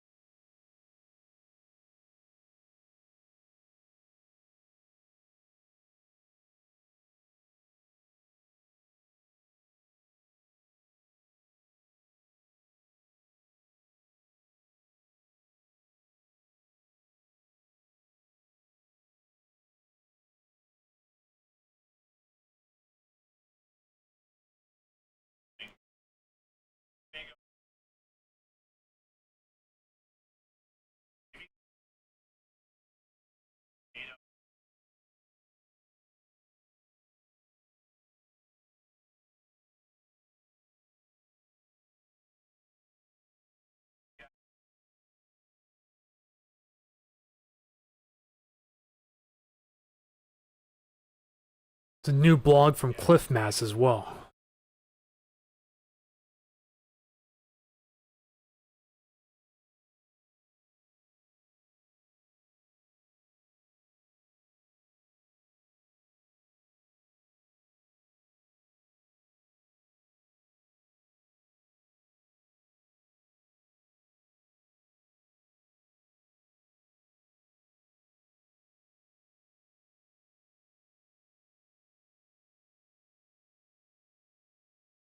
All right, does anybody watching right now have any questions?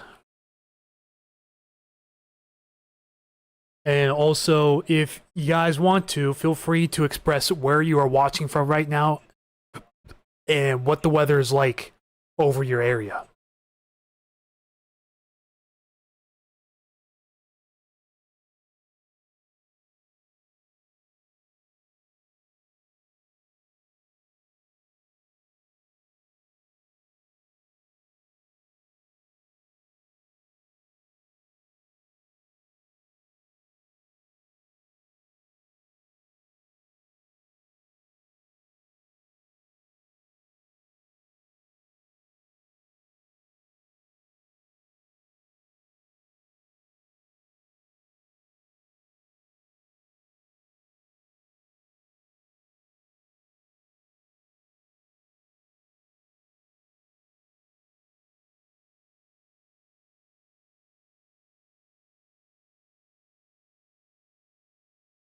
Looks like the front already passed through in Bellingham. That it did. Bellingham, you are behind the front, so you are in the all clear. The wind has already shifted out of the southwest to 39 miles per hour here in Bellingham, out of the southwest.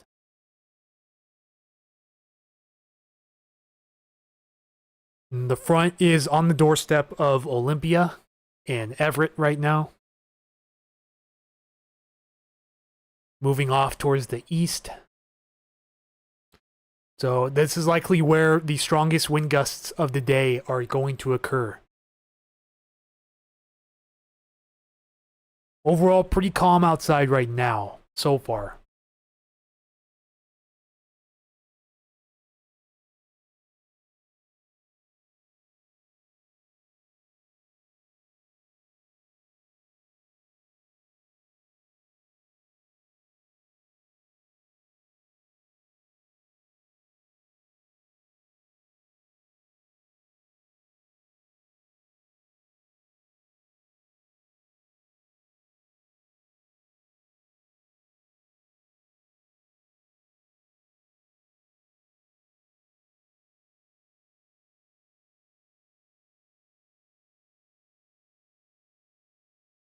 Yeah, it doesn't get much clearer than that on radar, folks. The front is now well east of I-5 and Skagit County. It's crossing over I-5 in Snohomish County right now. Moving up towards the foothills at this time. Let's see how the cold front extends all the way down past the radar's range into the Columbia River Valley.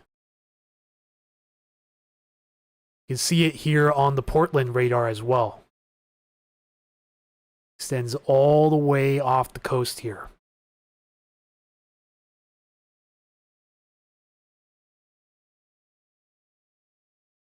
This is what it looks like on the coastal radar site. Already seeing some strong postfrontal showers behind the front. These are moving up towards the northeast at this time.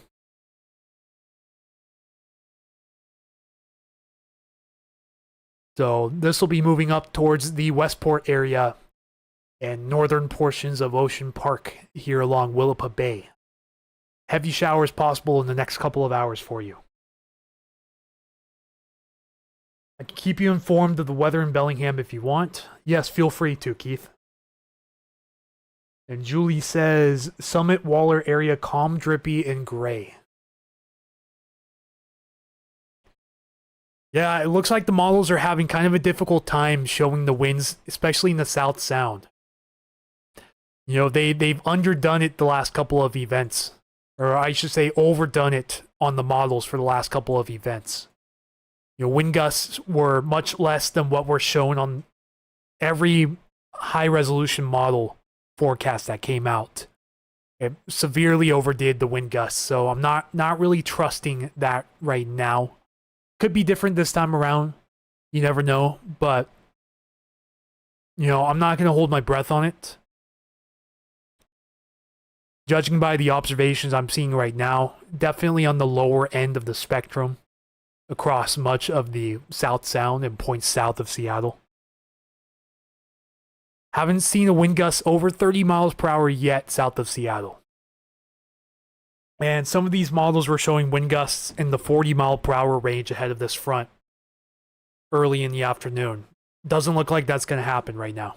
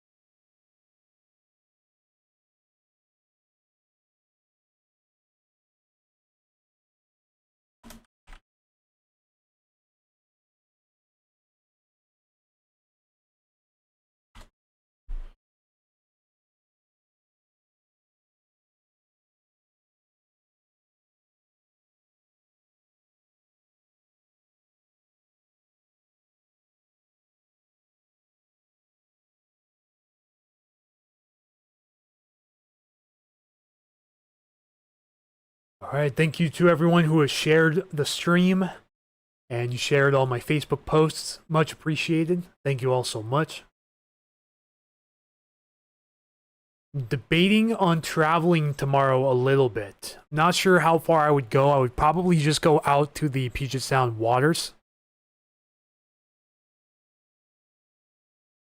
Debating on doing a live stream out there tomorrow afternoon. I'm not too sure about it though, because it looks like the strongest winds would be after dark, which I do not want to be out after dark along the water. I'm debating on doing an at-home live stream like I usually do, or going out on the road. I'll be paying attention to model forecasts here tonight to see if the timing changes at all.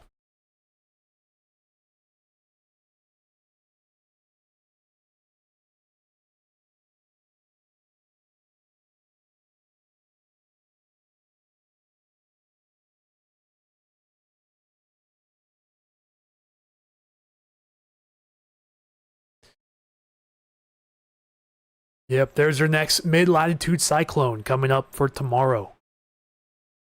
It is just about to reach its full maturity. Still has a ways to go, but this is according to the European forecast, showing isobars of pressure. Only around 1,000 millibars right now, so still has a ways to go for reaching full maturity.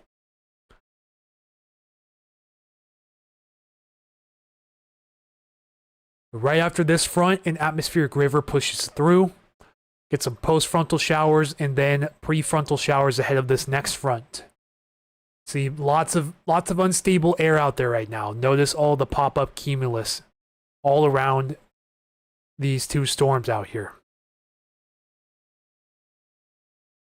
And this is the area where they're highlighting the best chance of seeing some potentially robust thunderstorms tomorrow. Some possibly severe over Oregon.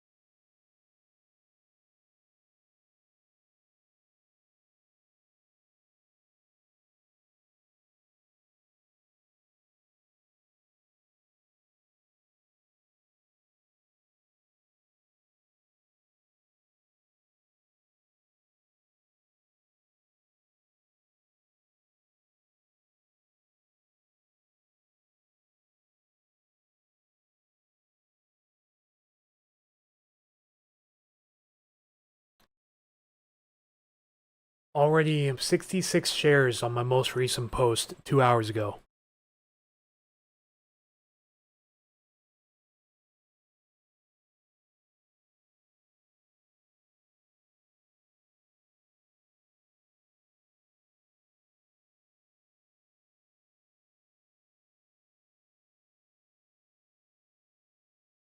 See if we have any new model runs yet.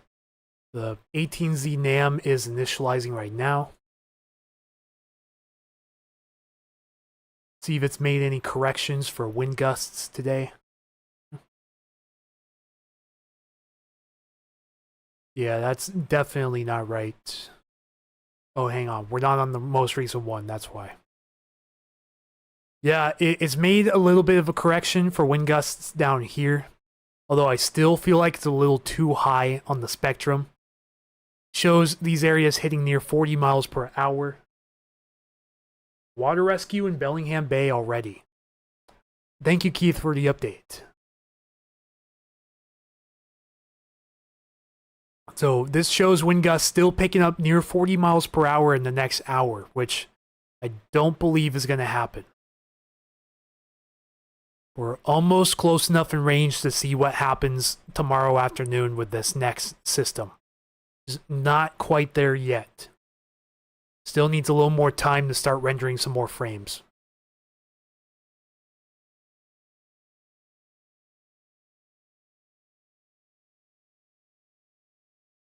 Looks like Portland put out a wind advisory just now.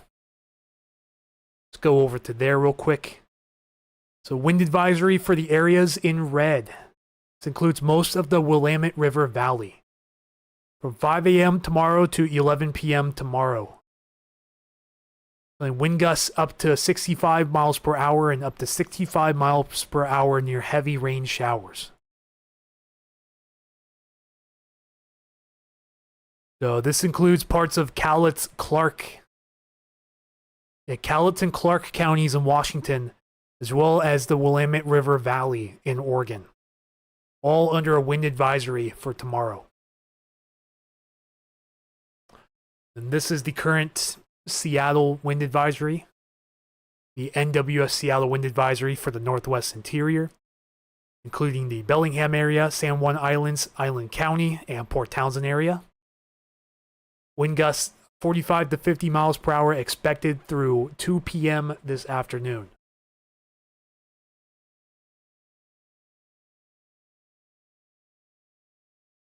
We also have this 5% marginal risk of seeing flash flooding within 25 miles of a point in this contour. This is for today.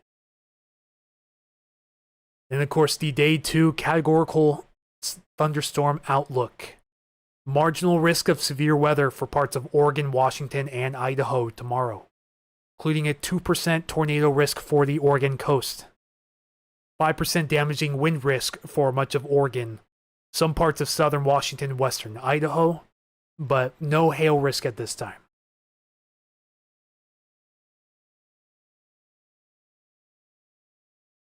So like the largest wind gust down here in the South Sound at the moment is 23 miles per hour near Browns Point. 27 miles per hour out near Enumclaw.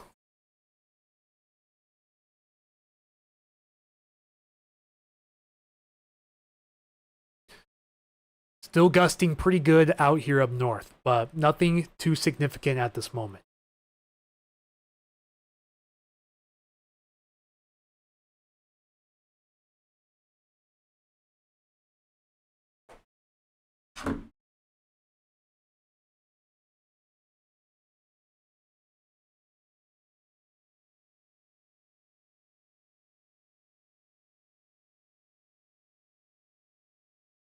Yeah, so most recent update has Whidbey Island has the wind shift to out of the west.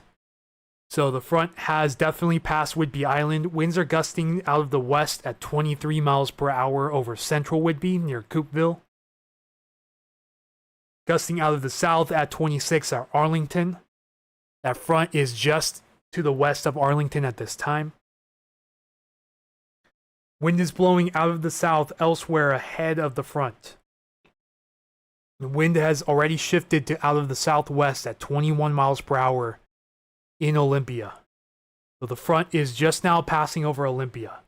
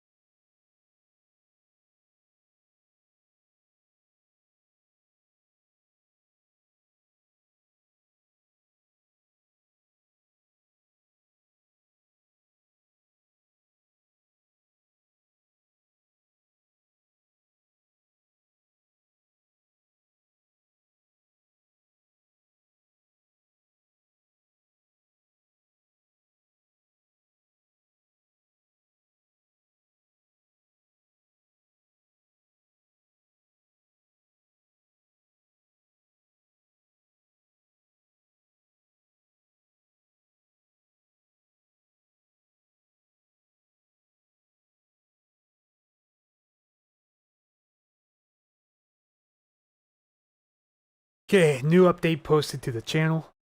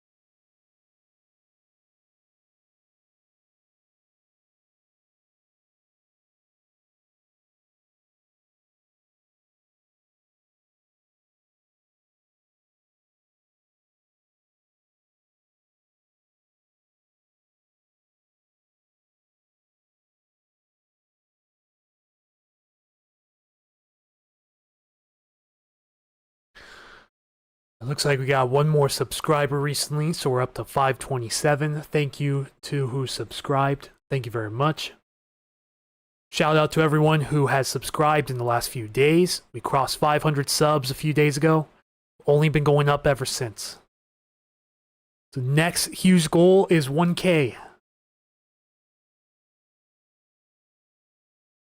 At 13 likes and 135 views. So doing just about average right now.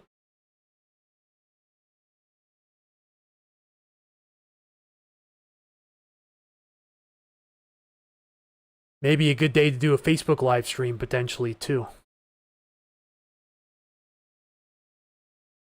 Unfortunately, in order to simulcast, I would have to pay a pretty good amount of money for some software to do that.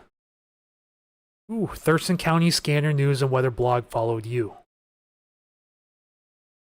A pretty large page too, 122,000 followers. Do see posts from their Facebook page on my account from time to time.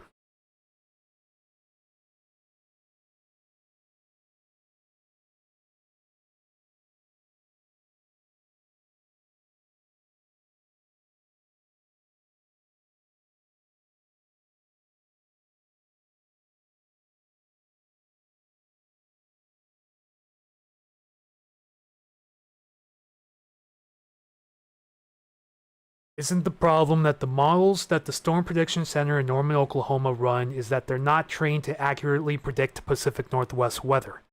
Remember last time, earlier in the spring, when we had that big day of tornado risks because they overpredicted what the supercells would do? The weather models aren't trained to know what supercells do in the Pacific Northwest.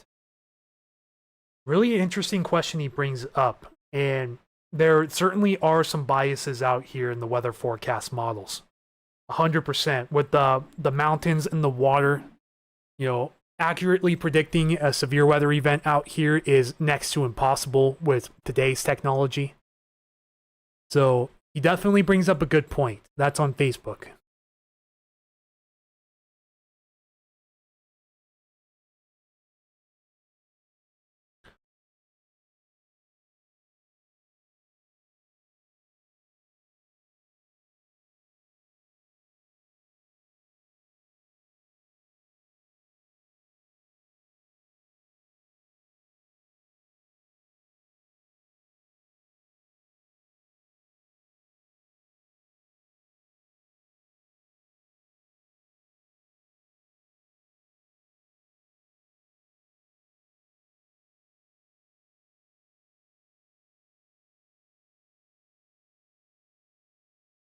Yeah, still not seeing much for wind gusts down here.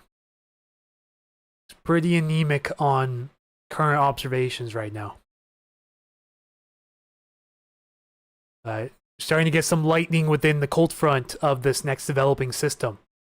Could be something to watch here in the near future as this moves closer.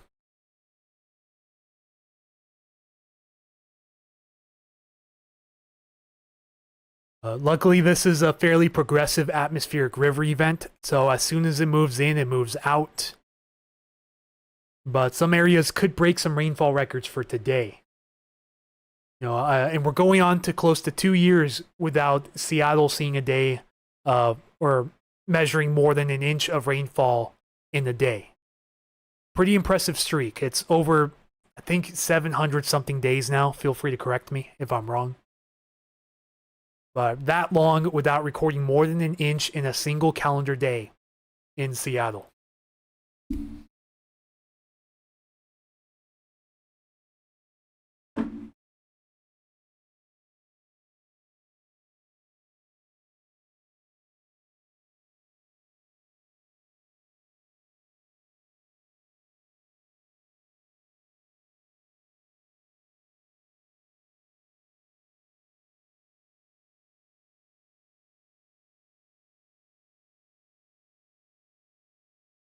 Keith says getting light rain in Bellingham. That's all that's occurring behind the front right now. More lightning popping up here within the storm system too. So this is the jet stream extension here right now. And then as this trough starts to dig into the jet stream, this is where our upper level low and associated mid-latitude cyclone are going to form. So there's an upper level low over this area right now, and then this is where the surface low is forming within that upper level low.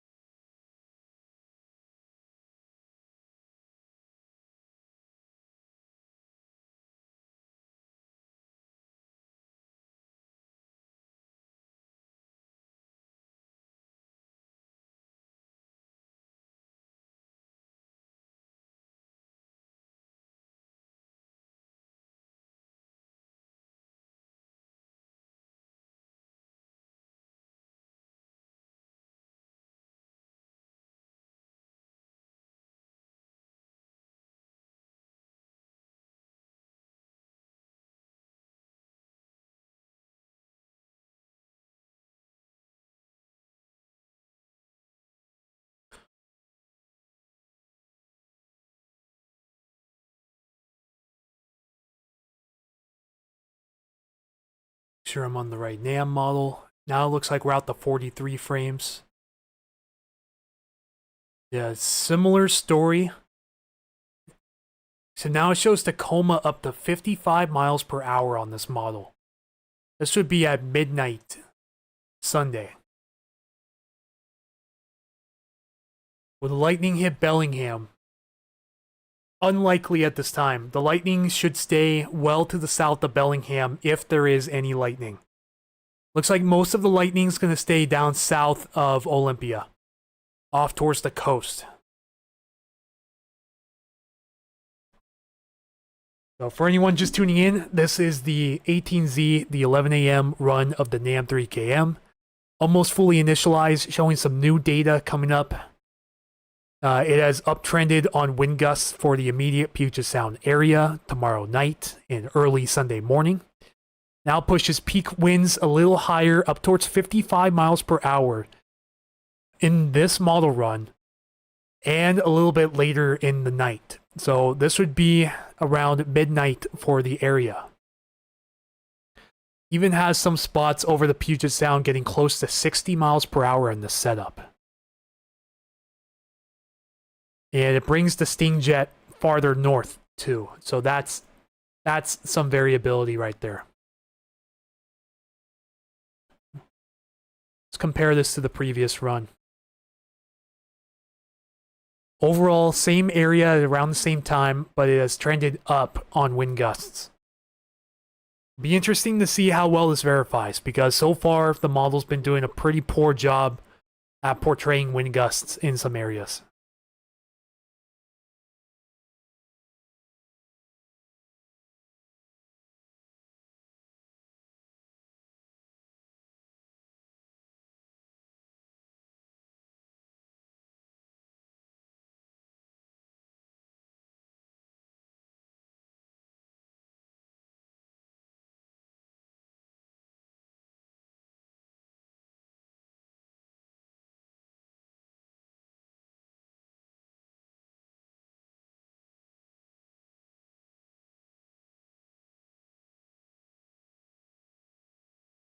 Someone reported thunder in Gig Harbor. Is that right?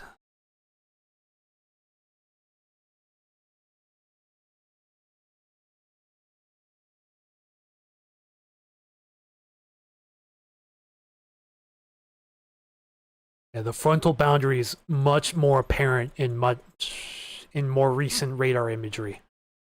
The clear as day now.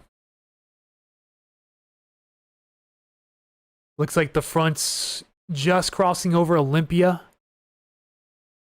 and moving into Everett. The front is just west of Seattle, a little farther west of Tacoma right now, oriented from south-southwest to north-northeast, moving off towards the northeast at this time.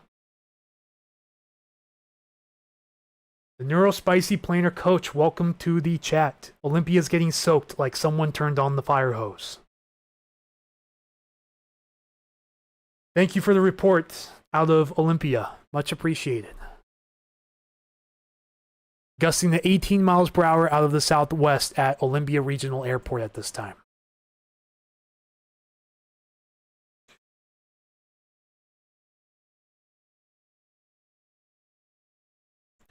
Just been having torrential downpour where we live in Olympia. Gutters can't keep up and overflowing. Here we are in red. Oh yeah, dead center over that contour.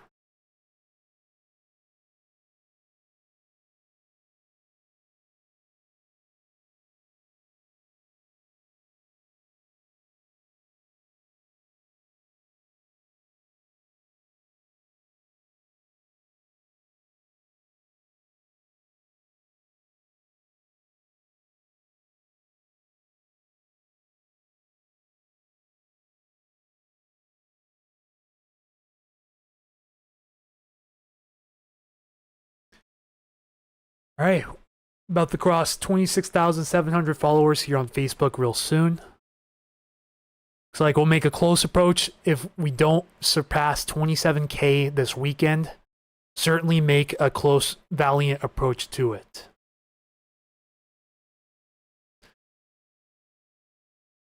Yeah, here's our cold front. Now moving up into Oso. If you're still watching from Oso, and the cold front's on the way towards you right now. It's crossed I-5 north of Marysville, currently over Arlington, moving off to the east-northeast. Back end of the cold front is passing over Olympia right now, moving up the I-5 corridor at this time. Still a little breezy outside here in Milton, but nothing too concerning at this time.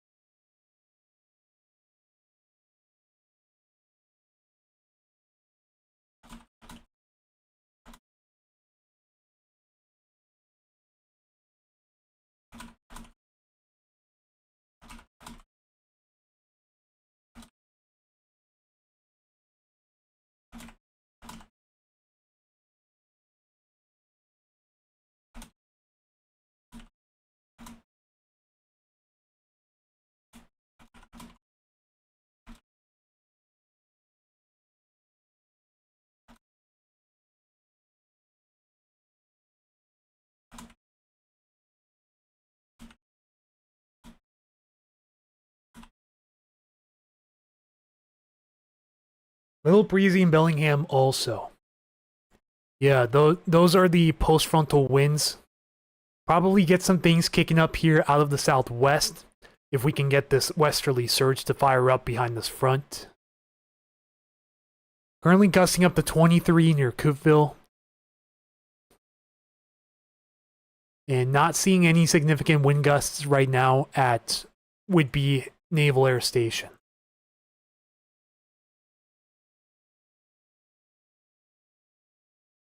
And post another update to the Rapid Fire Update channel.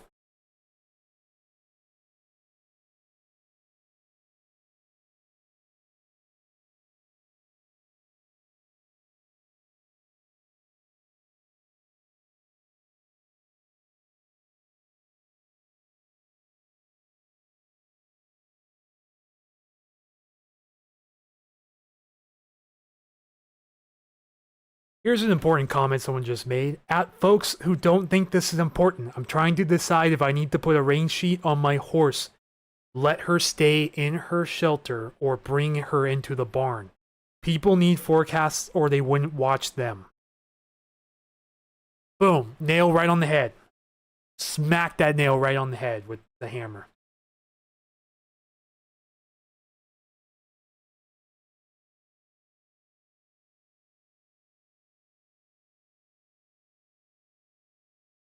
I think since this is moving into the immediate Puget Sound area, I'm going to post this to the main page.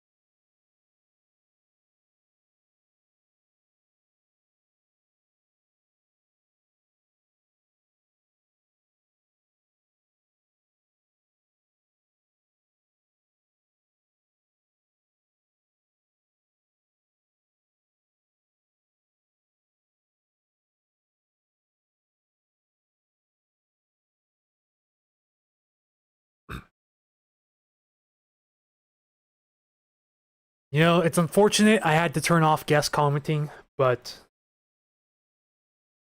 when it comes to things like that, some of the comments I was seeing and some of the replies to other followers on there, it's something that had to be done. Disappointing, but it did have to be done.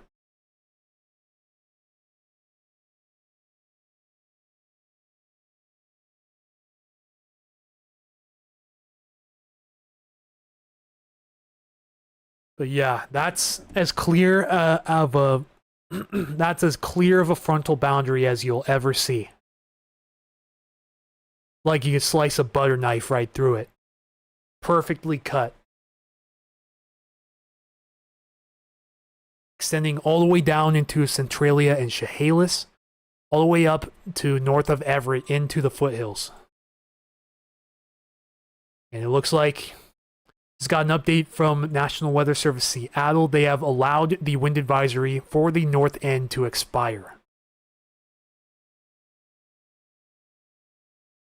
So they let it expire a half hour early today. So no more wind advisories in effect for the Western Washington region at this time.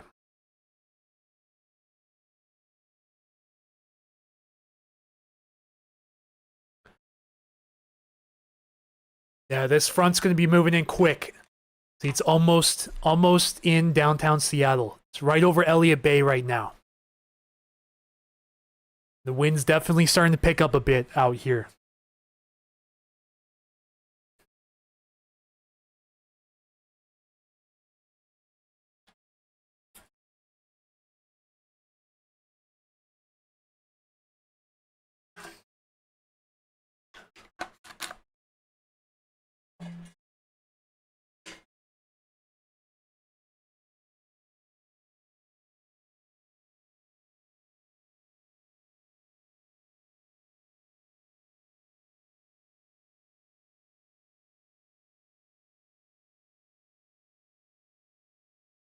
All right, for any new viewers just tuning in, Anthony with Puget Sound Stormwatch watching the cold front passing through, bringing in atmospheric moisture along with it across the Pacific. Luckily, it's a short-lived event, but not until the next cyclone comes in behind it tomorrow, which can already be seen clearly on satellite imagery. Still has a while before it hits full maturity. It's currently at about 1,999, like 1,000 to 999 millibars of central pressure. Still has a way to go before it hits full maturity. We're watching that off the coast as well. Once this front and its moisture passes through, all eyes turn to that next system tomorrow. Most recent model runs have uptrended a little bit in max wind gusts, but do be advised that the short-range models have had some trouble nailing down wind gusts for a lot of the area. You know, a lot of them have been overestimating the South Sound. We haven't seen a wind gust over 30 miles per hour yet south of Seattle, while models are showing around 40 miles per hour for this time. We will see if that changes as the front passes over, but right now, not looking too good for that matter.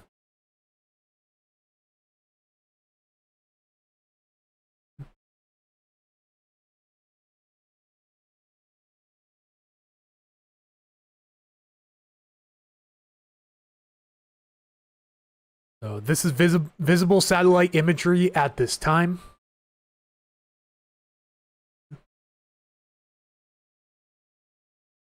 It's got another update in the corner.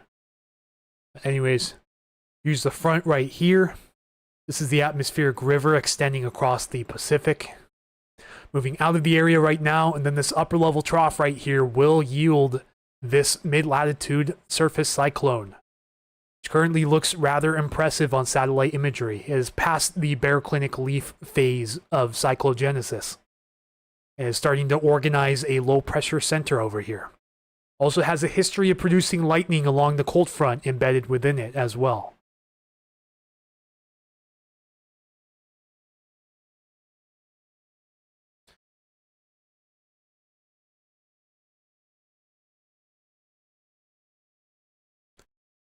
It's like we have a day 2 marginal risk now for excessive rainfall. So this is day 1, showing 5% chance of flash flooding within 25 miles of a point in the polygon. We've added in the day 2, and there's nothing else after that. So this is the day 2, including more of the Seattle metro area within it, as well as the Washington coast. But not much for the area not shown here. However, if you fill in the points within 25 miles, it does include most of the unshaded area here, including downtown Seattle, Tacoma, Olympia, Everett, and Bellingham.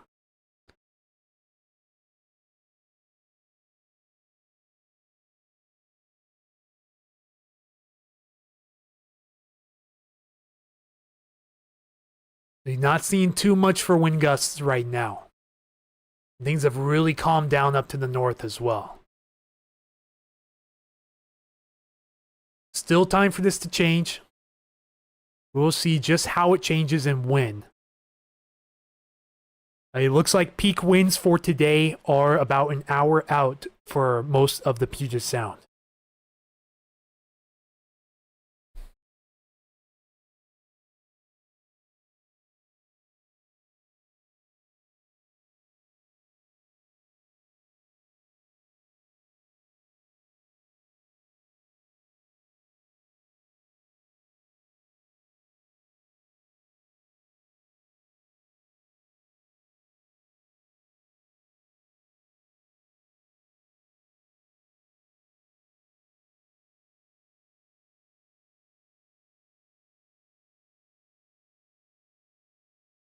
All right, up to 14 likes. We're just shy of 200 views on the stream. So far, so good.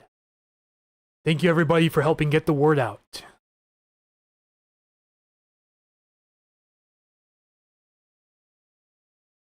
I agree, wind died down a lot in Bellingham.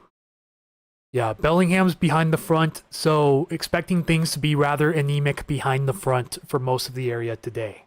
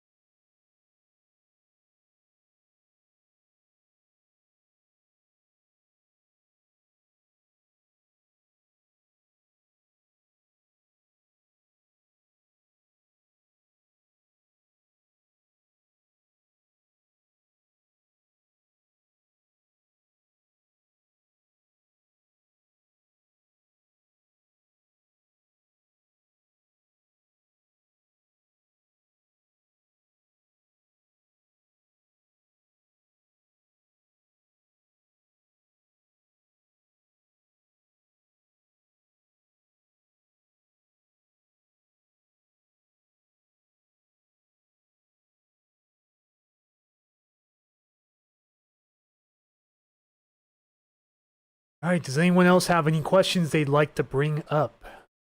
More than happy to answer them at this time.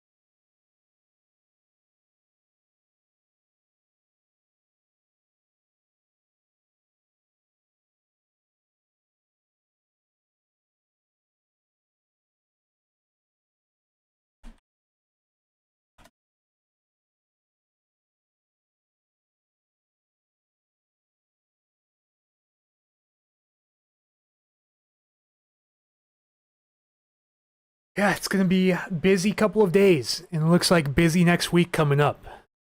Tracking storm systems a couple days before Halloween Halloween as well as the day of Halloween as well. Looks like we're all the way through on the NAM 3KM, the 18Z run. See what it has to say for reflectivity off the coast. This will be interesting to watch as well.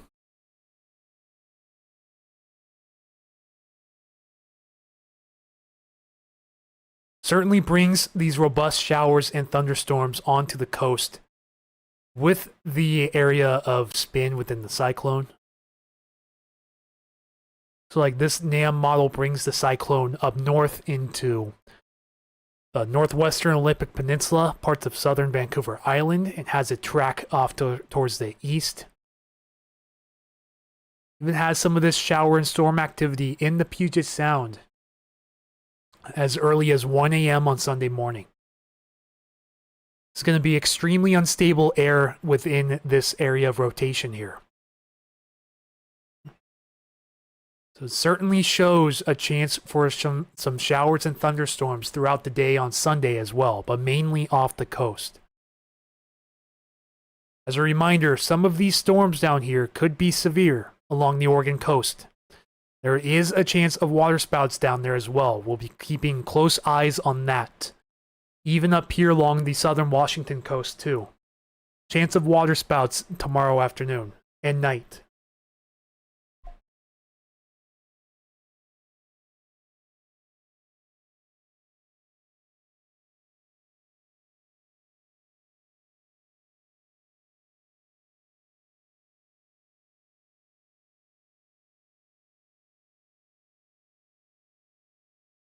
The front is well past Olympia now.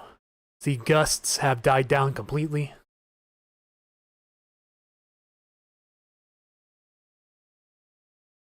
Current winds out of the southeast at Gray Army Airfield.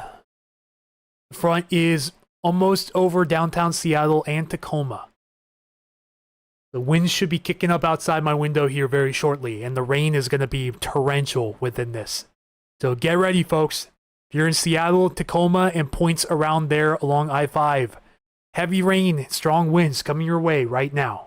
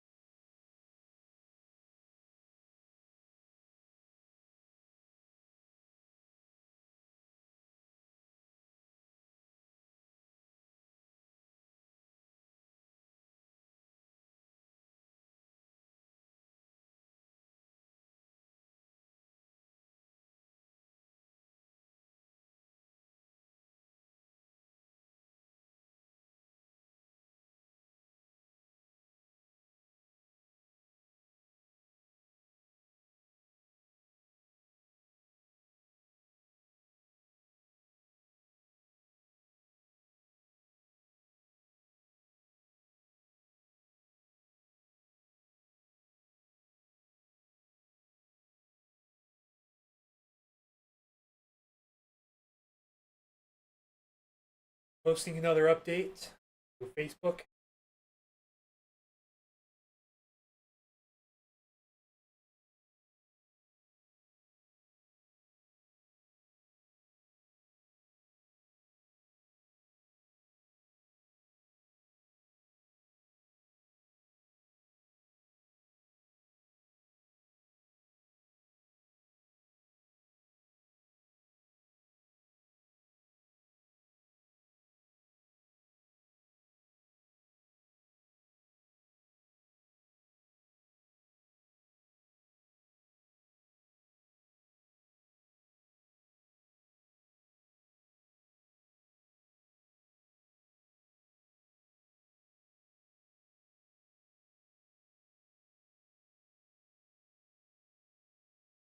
And of course, the trolls are coming to Facebook. Go figure.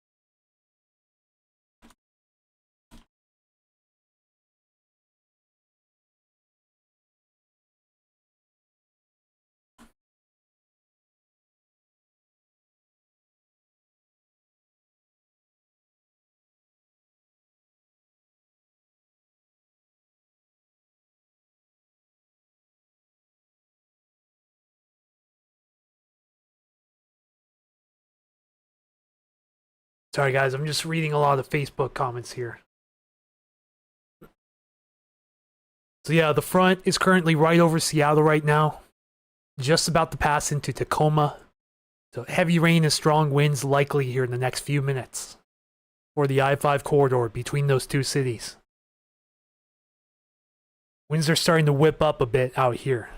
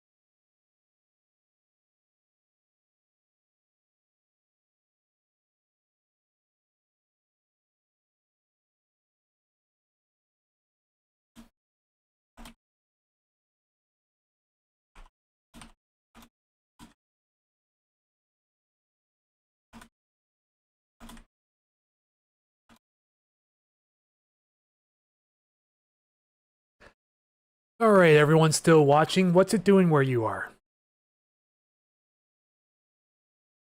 Are you within where this frontal boundary is moving into right now? Heard numerous reports from Lacey down to Olympia and points west. We just had the front pass through, strong winds, heavy rain, and some flooding in some areas. Now gusting to 25 miles per hour out of the west behind the cold front here in Tacoma Narrows. So the wind has already shifted west of Tacoma, coming out of the west now. Still coming out of the south or southeast ahead of the front, but that wind shift is expected here in the next few minutes.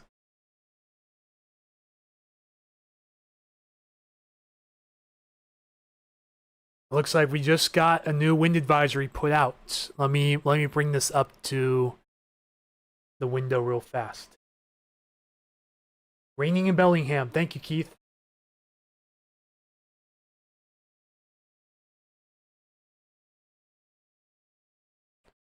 So here we are. New wind advisory in effect for Grays Harbor, portions inland along the Chehalis River, and the northern and central Washington coast. This includes Queets, Hoquiam, La Push, Quileute, Aberdeen, Ocean Shores, Westport, Neah Bay, and Ozette. In effect from 6 a.m. to 11 p.m. tomorrow. Wind gusts up to 45 miles per hour expected along the Grays Harbor County coast, lower Chehalis River Valley, and northern Washington coast. So just as a reminder, between 6 a.m. tomorrow and 11 p.m. tomorrow night, associated with the mid-latitude cyclone coming to shore.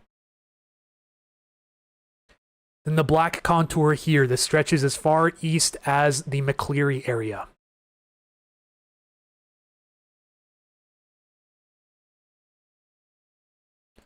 So new wind advisory in effect from 6 a.m. to 11 p.m. tomorrow.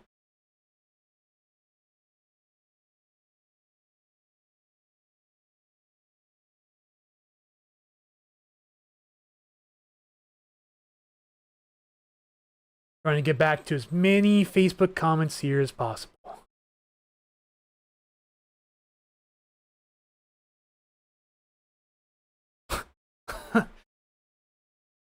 Oh boy. I think things are going to escalate on one of my posts pretty quickly.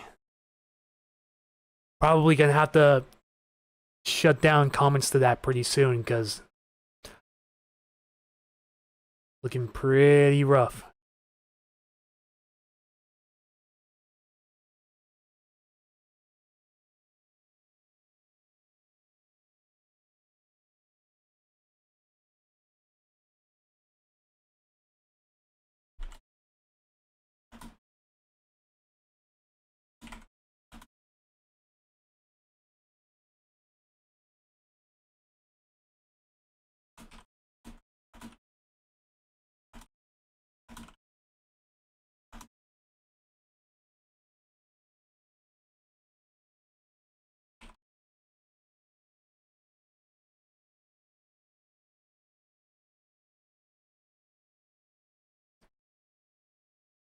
Is watching people have a hard time keep it civil on Facebook. Alright, wind's starting to kick up pretty good now. I'd estimate probably around 25 to 30 mile per hour wind gusts right now out of the south.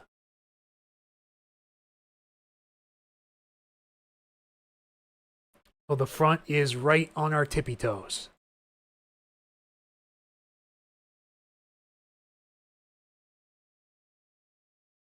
This is the mid-latitude cyclone forming off of our coast. Storm system that will come in on Saturday that will bring locally strong winds.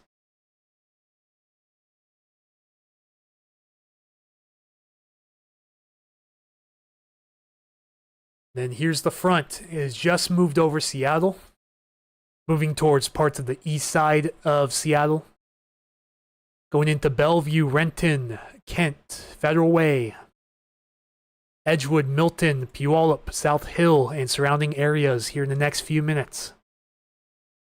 South end of the front is currently crossing over Lakewood and Fort Lewis, moving off to the northeast. Gusting now to 14 miles per hour out of the south in South Hill.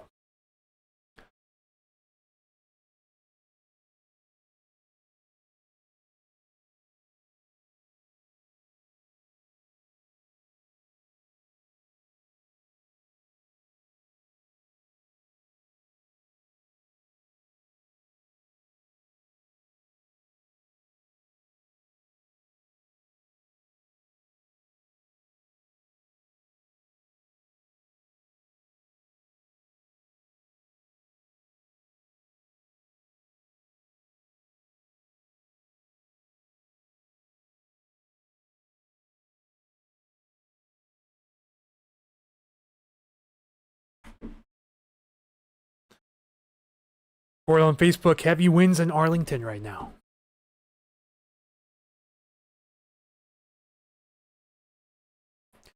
Looks like Arlington winds are coming out of the northwest at this station. Now gusting back up to 16 out of due west near Coopville.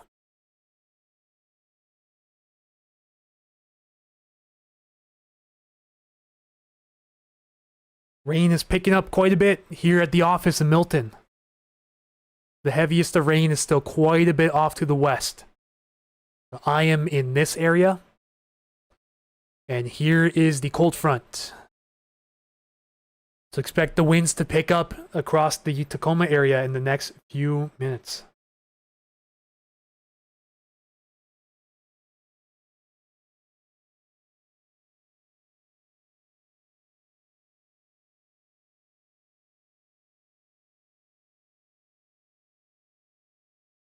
Sure have some colorful pictures on here. Unfortunately, not everyone went to meteorology school. What looks clear as day to you looks like the paint pots at Yellowstone to me. Perhaps you could clear it up for the untrained eyes.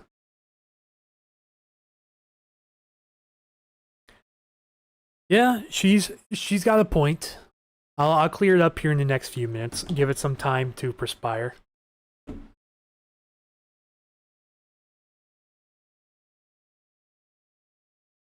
The front is crossing over Lake Washington at this time, over Mercer Island, moving into Bellevue and the I-405 corridor. And the new models come in yet. Are you talking about the deterministics or the cams? Because the cam models are already rendered, and I've been going over... Let me switch you guys over to the screen real quick. So the cam models have been rendered recently. It's currently rendering the 20Z HER. So the 19Z is complete and the 18Z are complete. 18Z NAM is finished. That's the one I'm looking at right here. Showing the chance of thunderstorms along the coast. This is tomorrow at noon. It certainly does support the chance for some water spouts over this area of the coast. And some potentially stronger thunderstorms inland. Even as far as eastern Washington in the Ritzville area as well.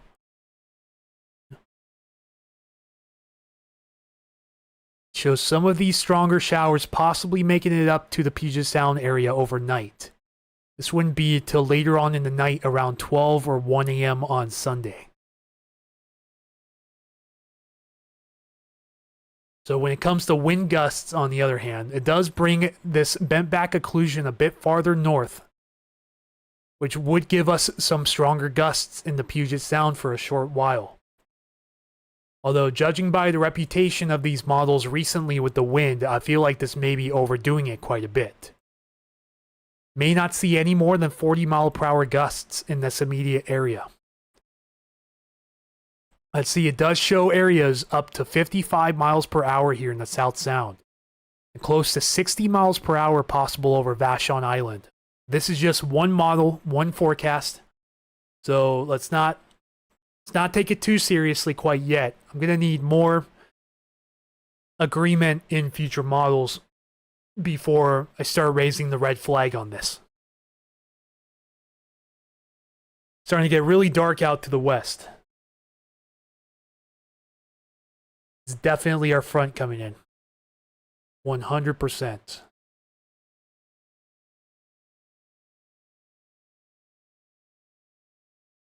It just got really dark out to the west. Lesser up north. Yes, lesser up north for this event. However, do note that it does bring a westerly surge behind the cyclone really early in the morning on Sunday. It doesn't have it reaching all the way out to Whidbey Island and San Juan Islands, though. But you could briefly get a gust close to 40, if not 45 miles per hour in the Bellingham area very early in the morning on Sunday.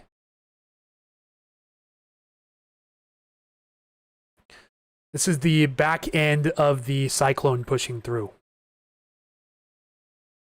So before it completely weakens, definitely a chance to get some of these westerly wind gusts up into the Bellingham Bay area before the sun rises on Sunday morning. Just as a heads up to you, Keith. I'm gonna check out the window real fast.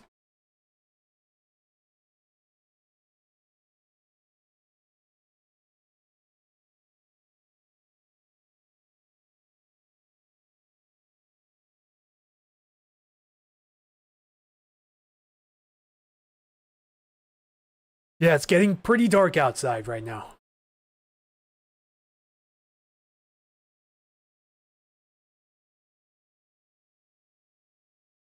Pretty impressed by what this new NAM 3 cam is showing, though, for this area. But will it verify? I have my doubts that it will. It'll probably get up to 40 miles per hour, but I have a hard time believing, based on this previous performance recently, that it'll get much over 45 miles per hour for this area.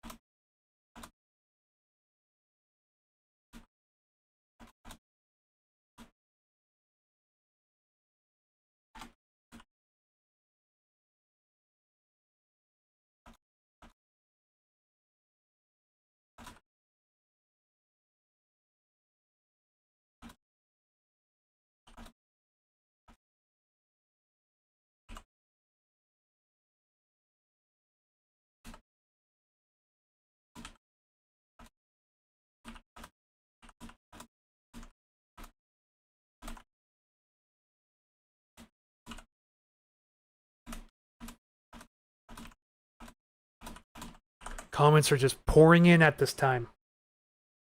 I could be your spotter up in the Bellingham area. Feel free. More than welcome to take any reports that I can get. Trying to simplify the radar image for someone on Facebook right now because really dark outside. Oh yeah, that front's going to wreak some havoc on my area. It is really dark. The wind is really starting to pick up too.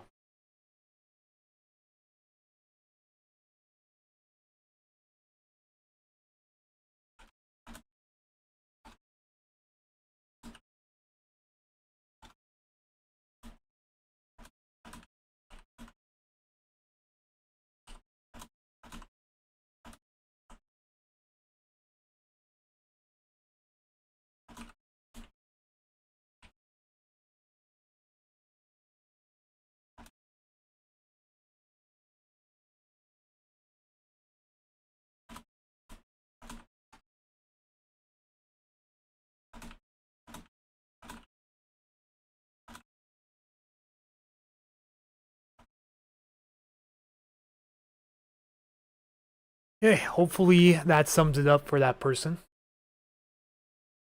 I think things are going to start exploding here in a second on these Facebook comments, so I may have to shut it down. Torrentially raining in East Tacoma, so it's heading your way. It's downpoured into Nino for a good 10 minutes.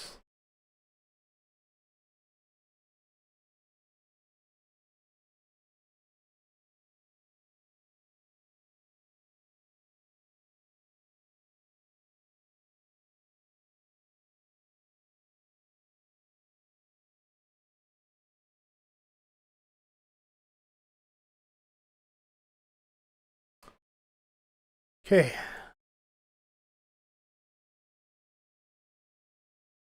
Tacoma at 40 miles per hour. My poor hands are going to lose it. Sheesh, I hope the roof I put on can withstand those gusts.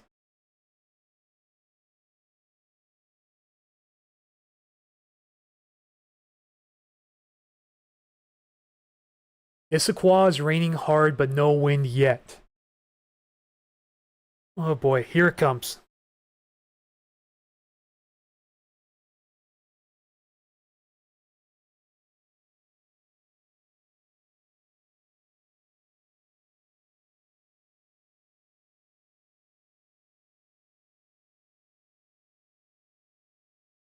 Be really nice if I had a portable cam set up on this, but I don't.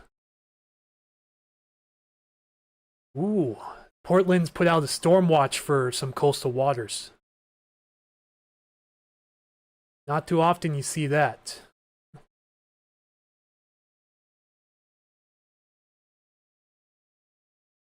Put out 2 separate storm watches, one for Southern Oregon, one for Northern Oregon and Southern Washington.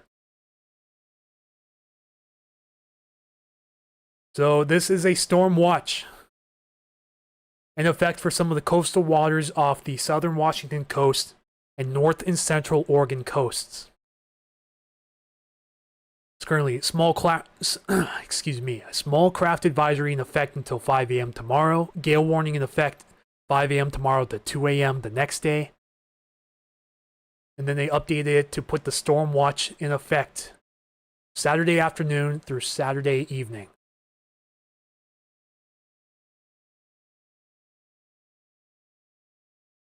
So it means when the risk of storm force winds of 48 to 63 knots has significantly increased, so stronger than gale force winds.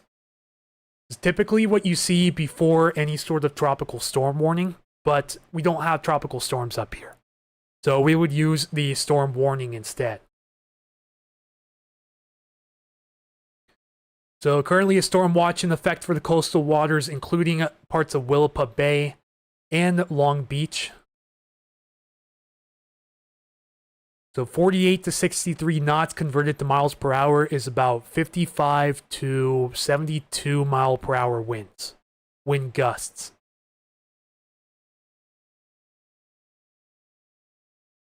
Yeah, I just opened up the window. Really dark outside. Torrential rain just started here in Milton. Looks like the Southwest Washington coast is also under, yes, so they expanded the high wind warning north to the South Washington coast.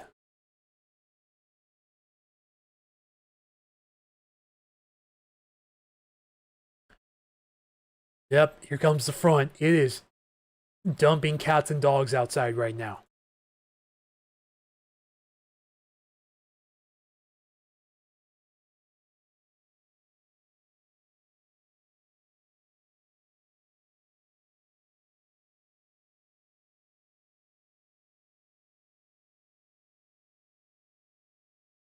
Just about over my area.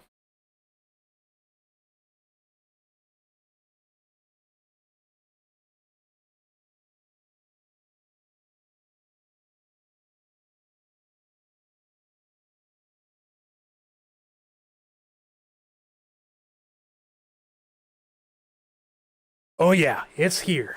It is wreaking a vengeance outside.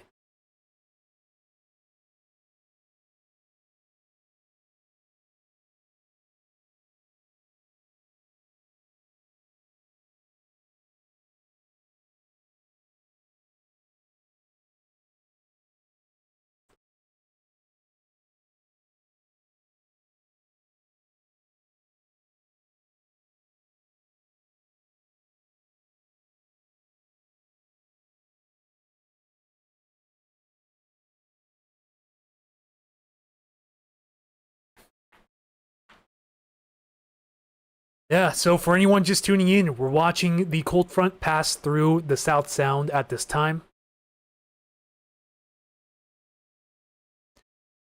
You can tell that there are some stronger winds aloft in some areas here too. Because in some areas of this front, the wind field is nowhere near as linear as it was before. A few little notches here, which indicate some areas of stronger winds above the ground that are kind of bowing out this line segment a bit as it moves in. Usually that means there are some stronger winds in these areas where the notches are, which are stronger than the rest of the winds within this line, which causes these little striations in the line here. So notice how it's much more jagged as it was a few frames ago.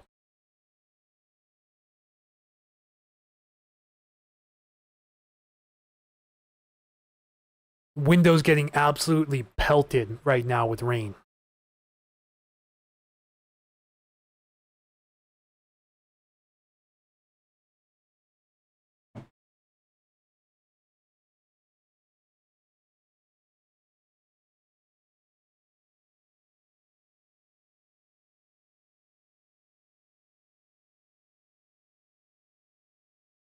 Alright, looks like with that boost that I just got, we're just one follower away on Facebook from 26.7K. Of a really good shot of hitting 27,000 followers ahead of this next storm system tomorrow.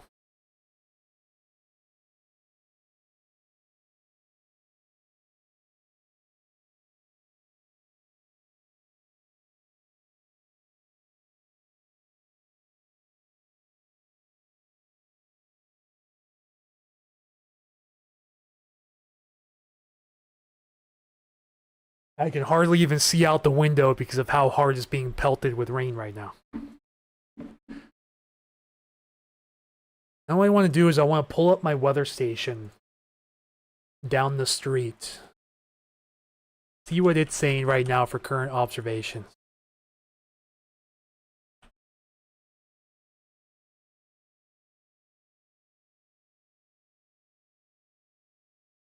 Although wind's not too terrible right now. So precipitation total for the day is 0.17 inches. Waiting for this to update, but it seems much higher right now than 0.02 inches per hour. Majority of this rain occurred early this morning before the sun rose. Hasn't seen much, if any, rain between 10 o'clock and now. See, the wind's been mostly out of the south.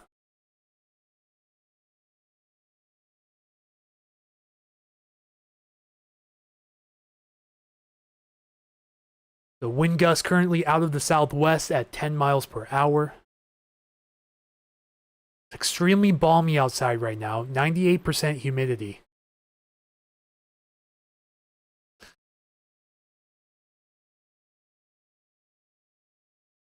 Just waiting for this precip rate to update because it's got to be much higher than that now. It's got to be at least 0.1 inches per hour, if not higher than that.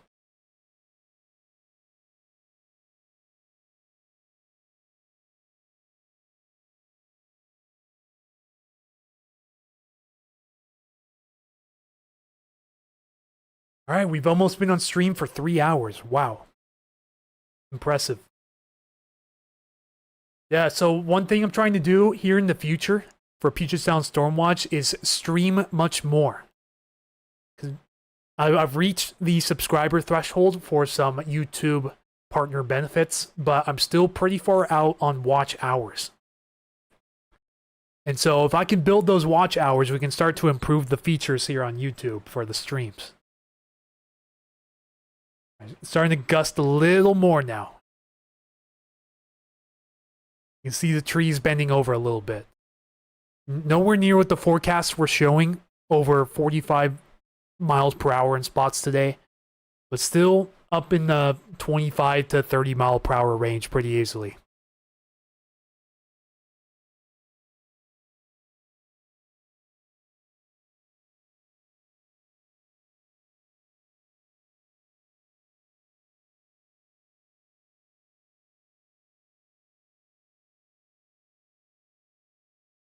Why is it showing? Hang on. This is nowhere near right. This is showing January 9th, 2024. That is not correct. Hang on a second. I gotta go fix that real quick.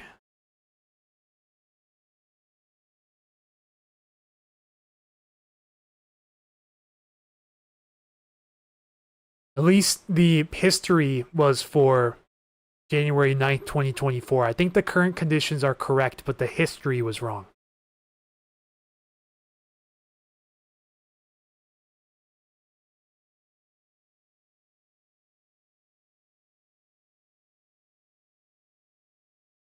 There we go. That should fix it.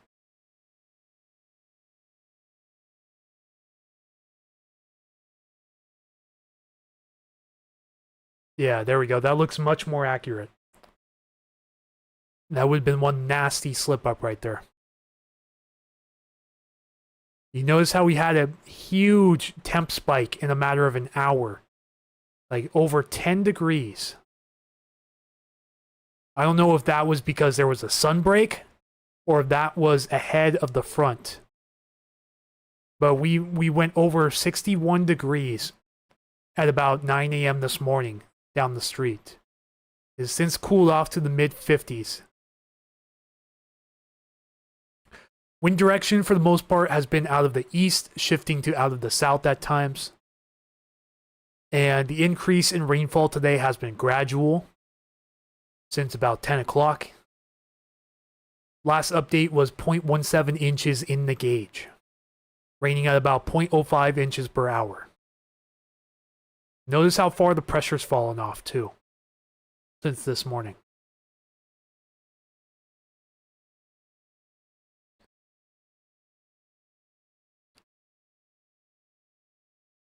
That rain-cooled air smells so good.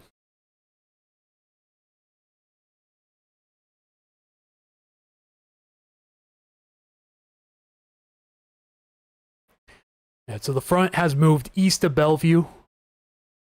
It's currently over Kent, Federal Way, Tacoma, and points east. It's moving into the Snohomish, Monroe area right now, up north. Gusting to 25 out of the southwest at Renton, 14 out of the south at South Hill, 21 out of the south at Gray Army Airfield. Not too much for wind gusts quite yet. Looks a little bit underwhelming.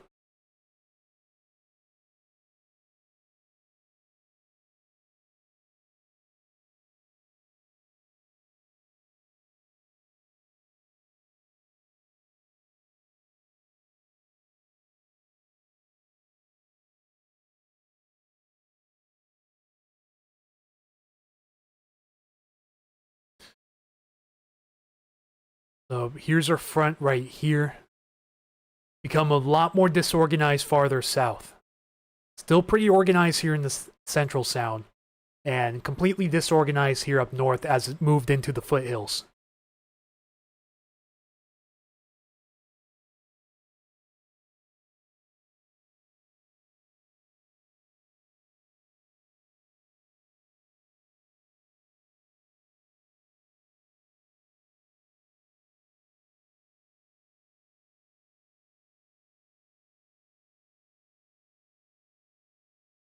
ETG Vortex, welcome back. How's everything where you are right now?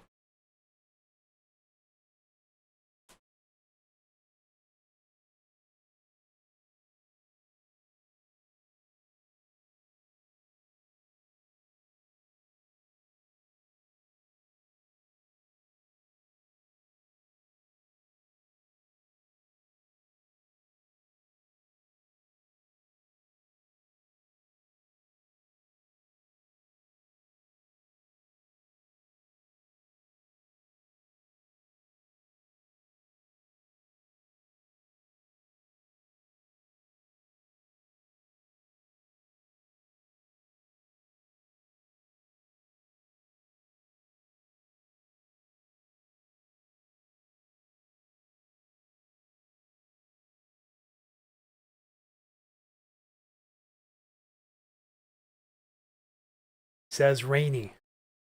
I agree.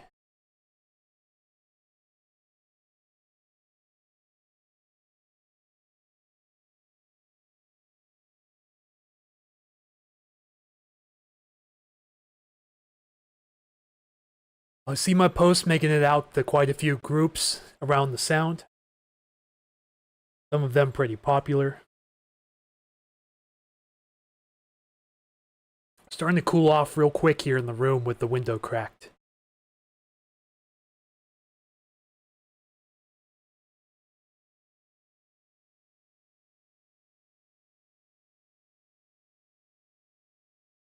Looked at my radar app and it looked like some stuff is rotating pretty well. Maybe off the coast, but a lot of the winds on the radar aren't really rotating. It's more so just among a frontal boundary.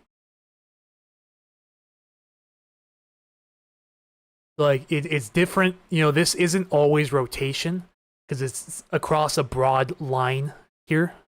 So it may look like rotation, but it's not actually rotating.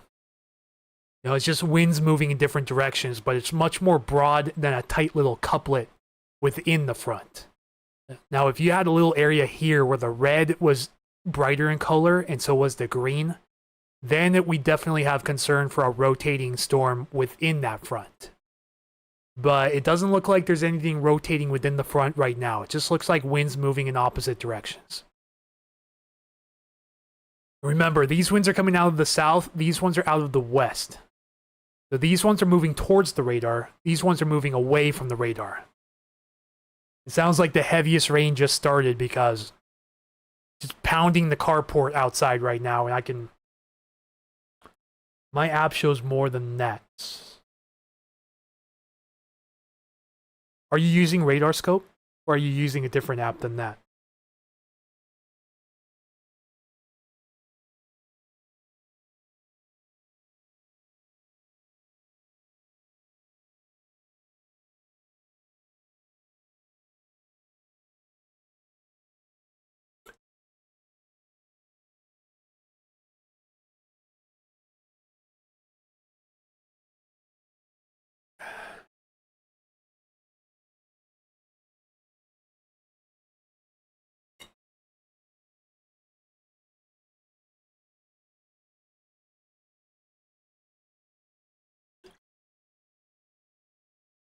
Radar Omega. I've heard hit or miss opinions on that app.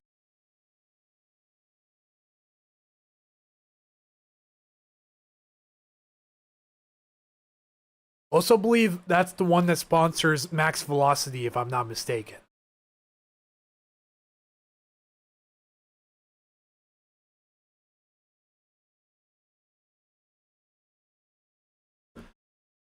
Funny, because I too am looking for weather sponsors. If you know anyone that may want to sponsor Puget Sound Storm, excuse me. I don't know what that was about. I had a nice tickle in my throat while I was drinking. But if you know anyone that may want to sponsor Puget Sound Stormwatch, feel free to reach out to me. Definitely looking for some sponsorships in the near future. As long as they're good sponsors and not scammers.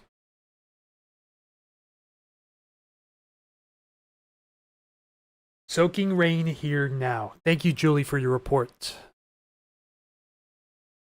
Yeah, the heaviest of rain is moving through pretty quickly here in the South Sound. The rain's already starting to break up back here west of Tacoma.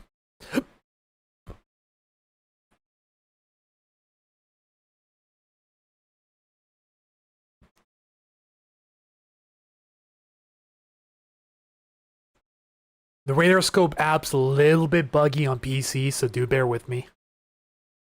Want to see what this spot looks like on radar when it decides to render. Looking pretty impressive out there right now.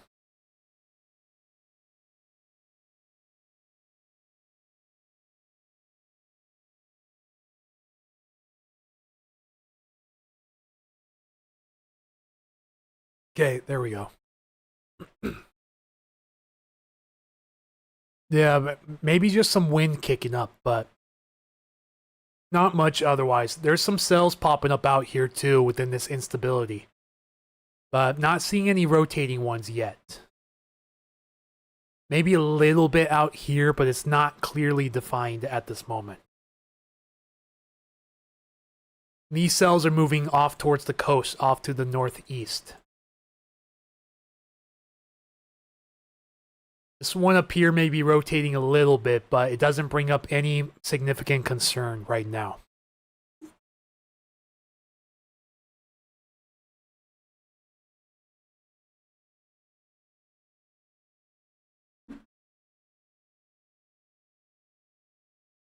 We've been dumping in Tacoma.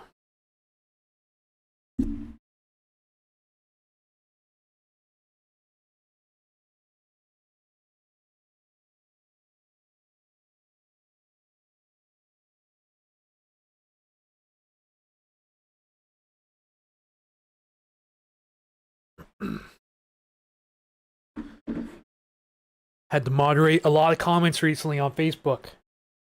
A lot of unrest in the comments. I'm actually kind of disappointed. But by no means surprised.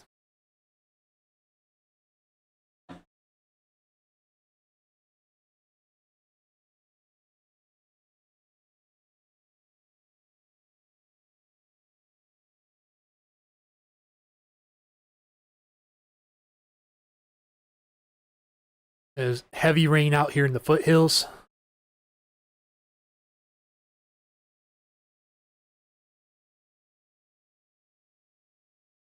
Just drove by Narrows Bridge toward Lakewood on Bridgeport Way. 2 places where the drains in the road have flooded.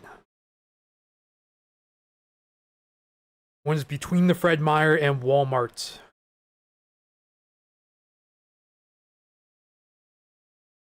Doesn't look like the construction crews did a very good job clearing the drains. I'm using the Doppler radar in Canada for Bellingham.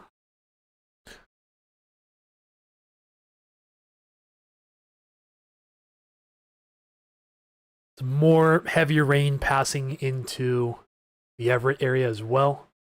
We just got an aerial flood advisory for Skagit and Snohomish counties. Let me go ahead and break into this real fast. I'm gonna have to post that on Facebook as well. The green in the polygon here, this is an aerial flood advisory for portions of Skagit and Snohomish counties. In effect until 4:30, so for the next 2 hours.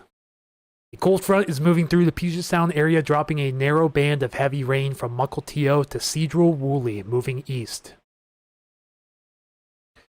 Urban and small stream flooding caused by excessive rainfall is expected. So expect minor flooding in low-lying poor drainage areas of water over roadways at times.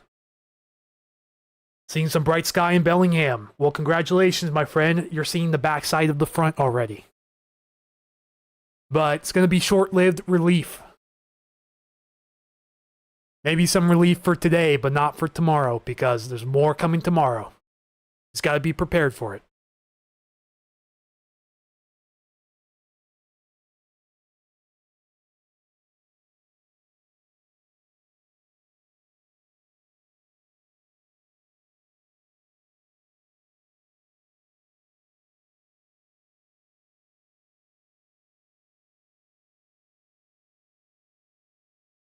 Let me go make a Facebook post on this real quick.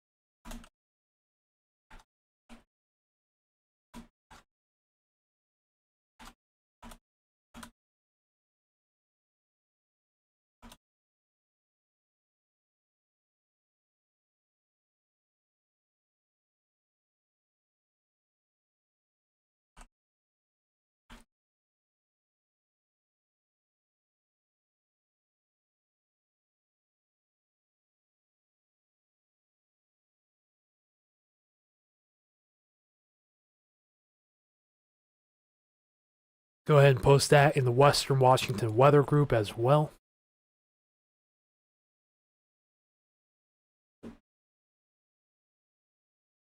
All right, thank you, those of you who have stayed tuned in for the whole 3 hours now.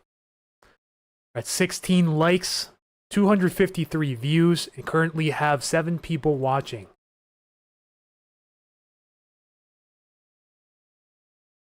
Let me just make sure I turn off guest comments on this one.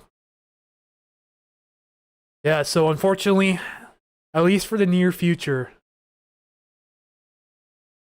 it is looking like we're not going to have guest comments on the Facebook page anymore. A number of people have ruined those privileges, I'm afraid.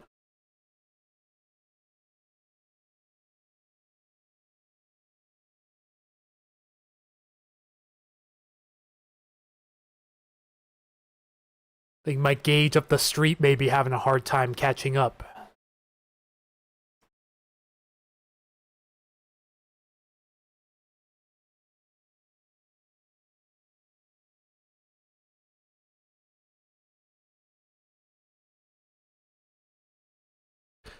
You can tell things have slowed down a bit outside, so that's good. Looks like the strongest wind and heaviest rain has moved off to the east into the foothills. A secondary area of heavy rain is moving in to the area, however, behind that. Shouldn't last for too long, but then things break up a bit and we start to bring the sun breaks in after that. We have some lightning off the Oregon coast here. So do have some little convection flare-ups off the coast right now. That is evident on radar scope. Which, if we go back to the screen, you can see here. Here's our front right here.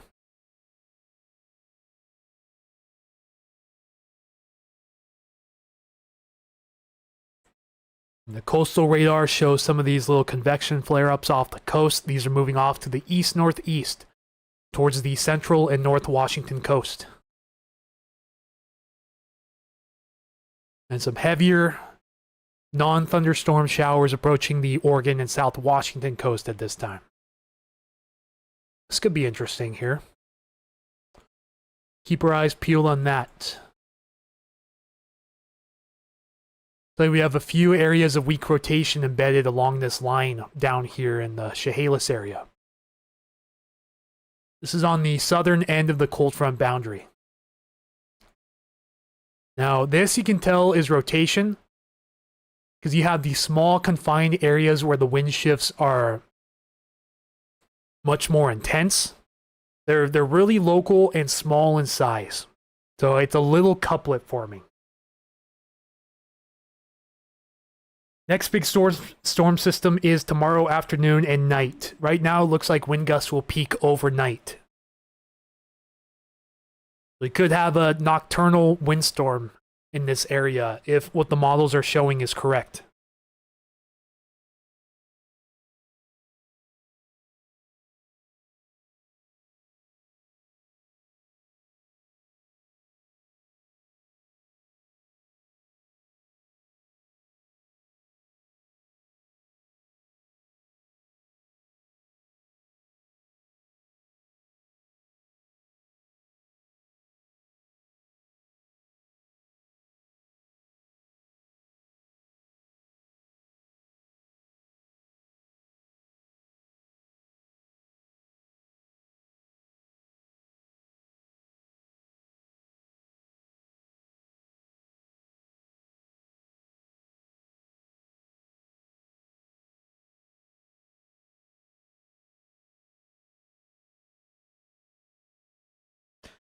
Just posted it to my Rapid Update channel. Nocturnal storms are the worst. That they are. You know, most of the Hanukkah Eve windstorm was nocturnal. I remember that well. We lost power the entire night and didn't get it back till later on in the afternoon the next day. And to think I was one of the lucky ones.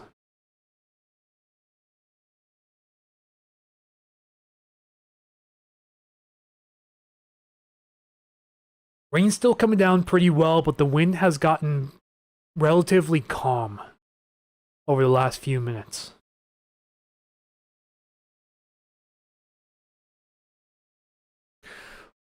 We're now well over 26.7k followers. I think we only need 288 followers to get to 27k, which I believe we can get to today.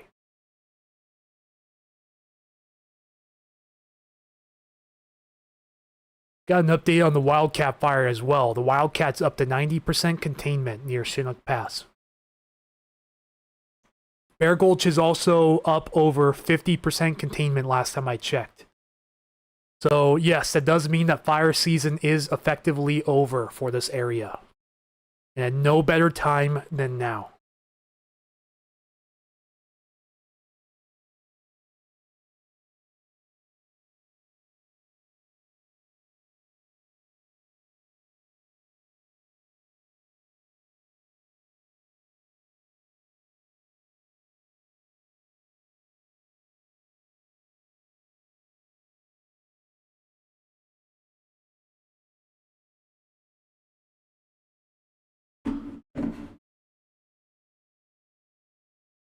Interested to see if anyone down in the Bucota area has eyes on this.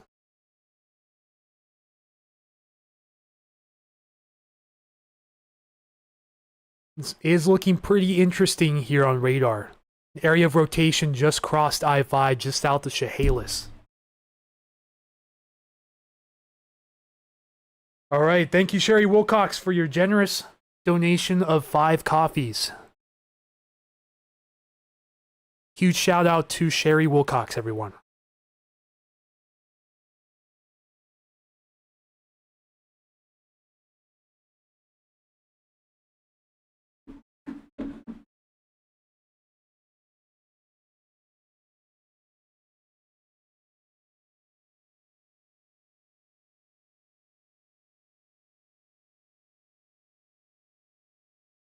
Heavy rain, northern part of Centralia, Washington.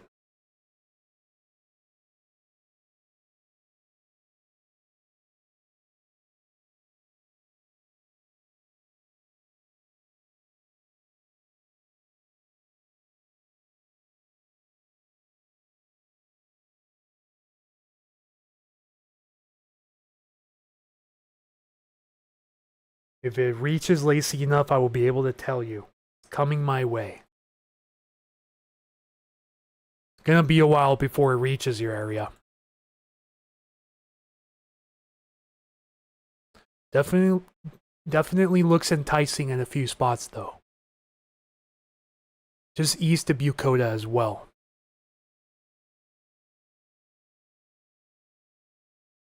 Maybe some weak rotation in these cells off the coast. It's not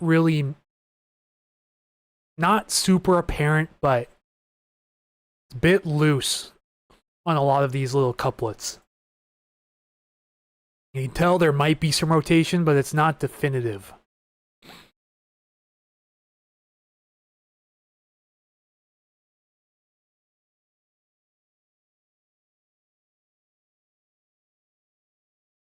See what it looks like on the Portland radar.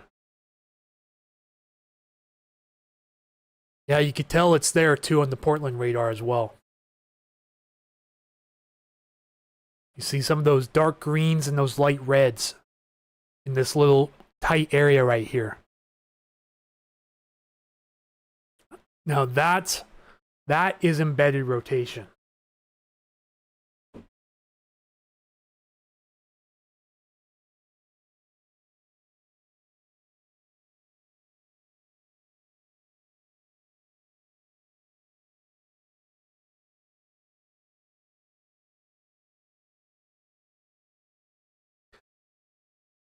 Yeah, it looks better on the Portland radar than it does on the coastal radar. To put this into perspective, at around 10:15, excuse me, at around 10:15 or so p.m. on October 22nd, 2 days ago, I hit 26,000 followers, and we're about 41 hours from that time, and we're less than 300 from the next 1,000 mile marker. Just incredible. Puget Sound Stormwatch is taking off this time of the year.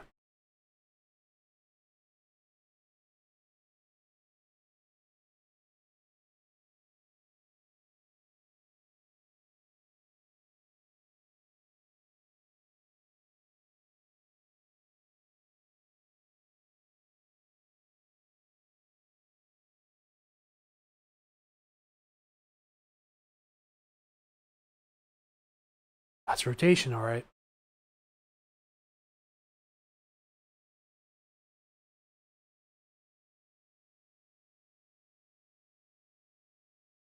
Looks like the heaviest rain is moving out down here in the South Sound.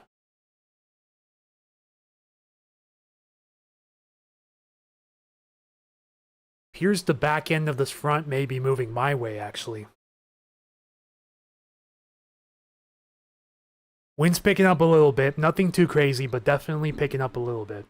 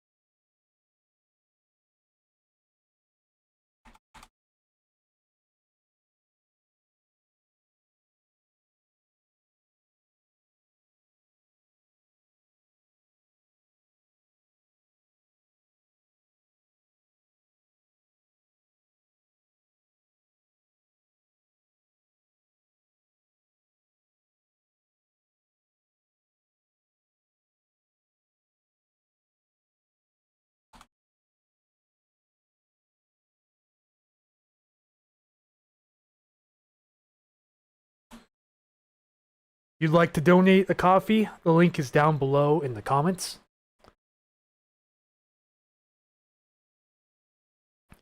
All proceeds go back into the channel.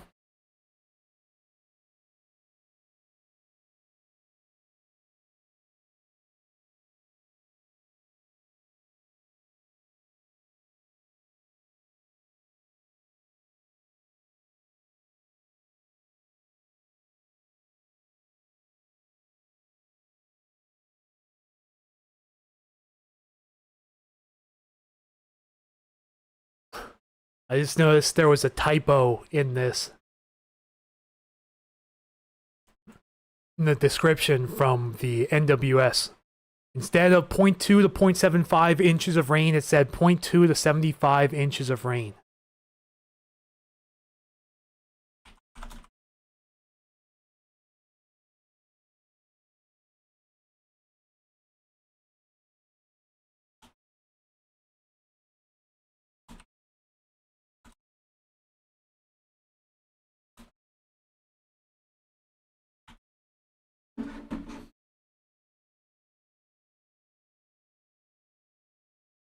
Bands of rain have been heavy around the Linwood area since midday. They are putting down some serious downpours. From a viewer up in Linwood.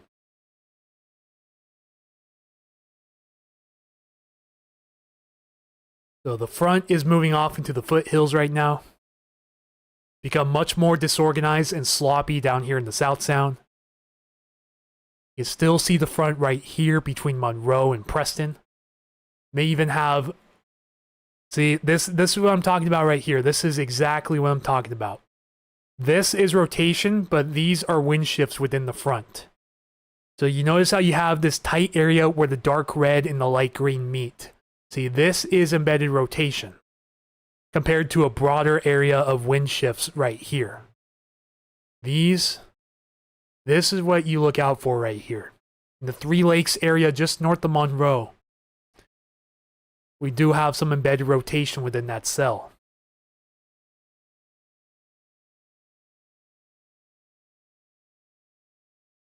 That is a lot of rain. Correct. Yes, it is. And I know that that record for time without 1 inch of rain in the day for Seattle is in jeopardy. I don't quite think we'll get there with this setup, but in future setups that I'm seeing with atmospheric rivers, it's certainly a possibility. I think we get up to about 0.6 to 0.7 inches of rain in Seattle. So I think we fall quite a ways short of that record. Just my guess.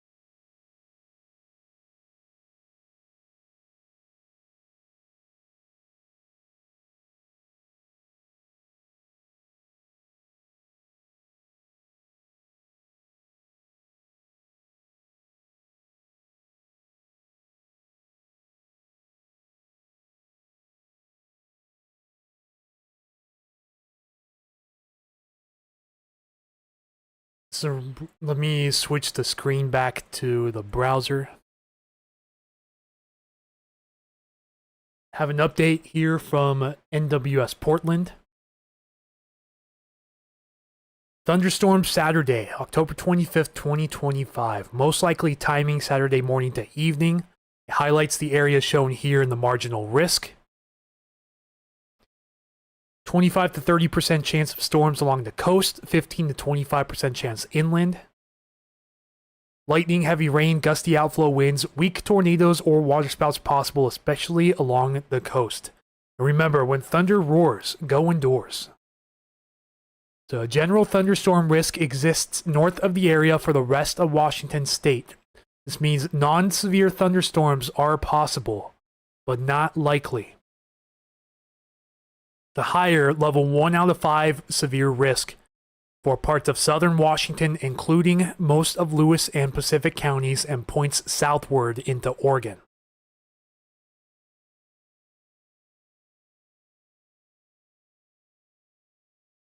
I think what may be going on here with my rain gauge down the street is there's probably some debris within it. It's clogging it up a little bit. This is cool too. You can see just how quickly the temperature dropped off with that front passing through. So you dropped off 3 degrees as the front passed. And notice the wind shift to back out of the southwest too. It went from east to southwest. Pretty interesting data showing up here.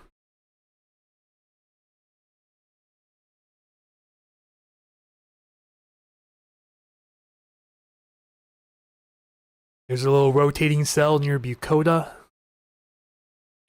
Here's the front. Post-frontal showers moving through the area right now. And I just see an abundance of lightning strikes, but windy keeps crashing on me.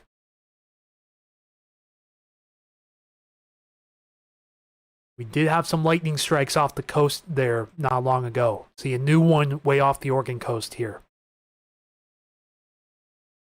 Brand new lightning strike west of Cannon Beach. But the sun breaks are coming. And then a brief period of relief between this front and the next storm system, which looks almost mature off the coast right now. The European currently has the central pressure, and we just got a new lightning strike there too.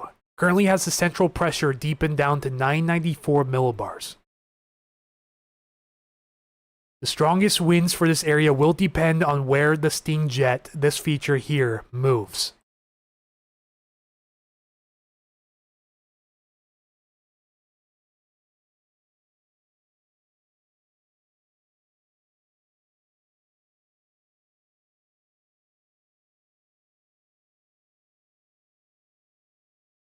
Still coming down pretty good outside, but nowhere near as intense as earlier.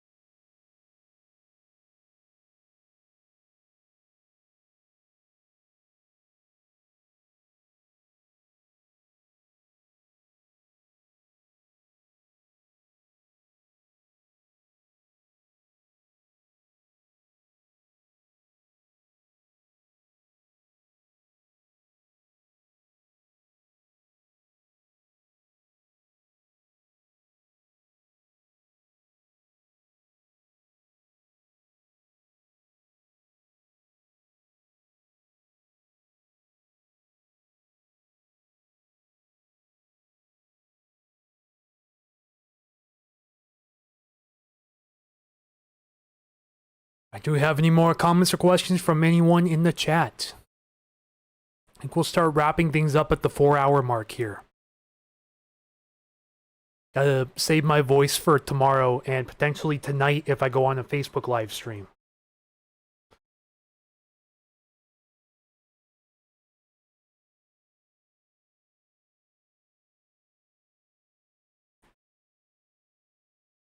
Definitely some pretty good rotation in that cell near Bucota, embedded within the front. Showing up a little better on reflectivity as well. It's moving off to the northeast. May just miss Rainier and Yelm to the east a little bit. Certainly keep my eyes on this because the rotation does look pretty narrow within that area.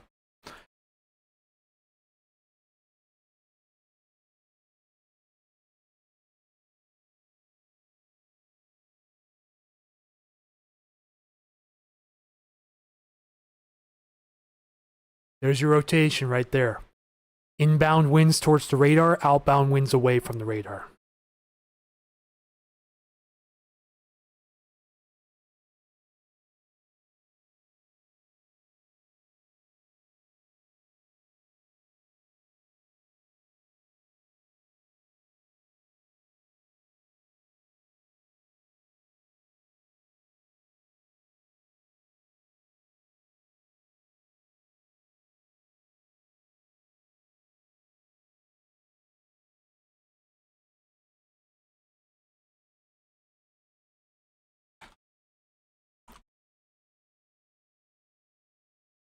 Going to be leaving now. We'll be on tomorrow with updates for Bellingham. Thank you, Keith, for tuning into the stream. Much appreciated. We'll certainly see you tomorrow.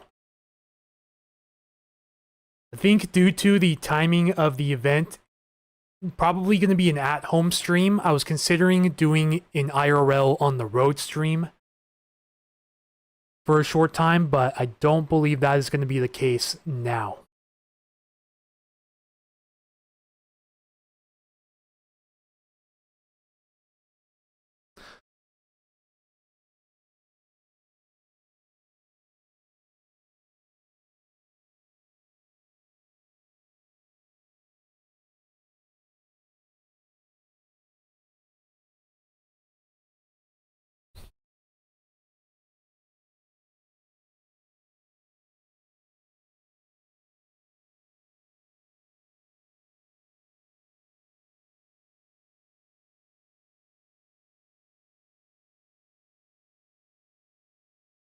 All right, I think 16 likes is the new record for today. We're at 271 views.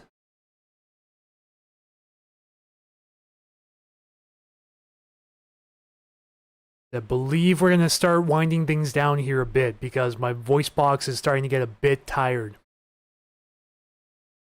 So barring any last minute comments or questions, we're going to begin to conclude the stream for today.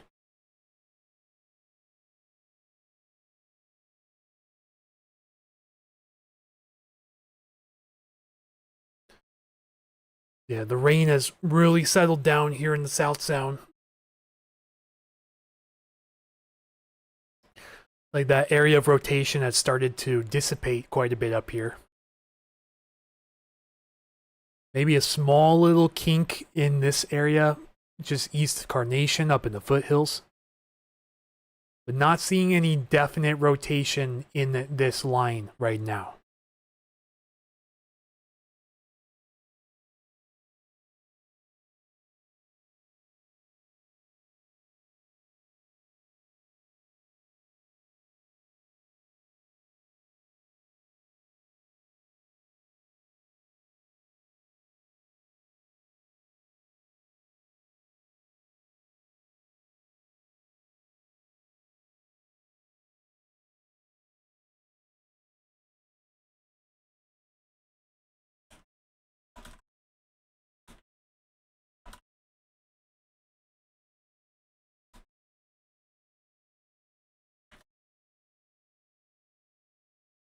Crazy rain in Woodinville just a little bit ago when I was driving back to Bothell. I was shocked.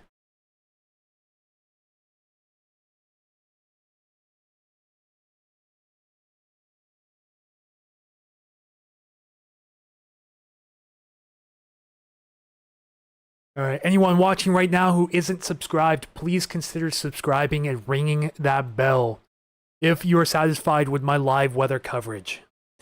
And please consider a tip in the form of a coffee. I have the link posted in the comment section below.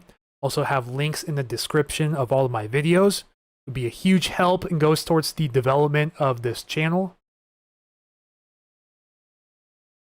Do appreciate all the support from everybody. You can check my time on the stream. at 3 hours, 35 minutes and counting, but it doesn't look like it's going to get much longer than that. Because I need to save my voice for tomorrow's event. Definitely going to be a busy day tomorrow, and I am all for it. But by the way it's looking right now, looks like we'll hit 27K before the night is over, which is huge. Making a huge push towards 30K very shortly, which is unfathomable. Appreciate all of you again for tuning in. I think I'm going to wrap up the stream for now. Do expect another YouTube stream tomorrow afternoon, possibly, before the mid-latitude cyclone begins to make landfall. I just saw visibilities down to 1 mile, too. We're at 26,720 followers on Facebook. Only need 280 more to get to that mile marker. Julie Olson says, looking forward to tomorrow. Keep it up. Thank you for your support, Julie. Thank you for your donation of a coffee earlier as well.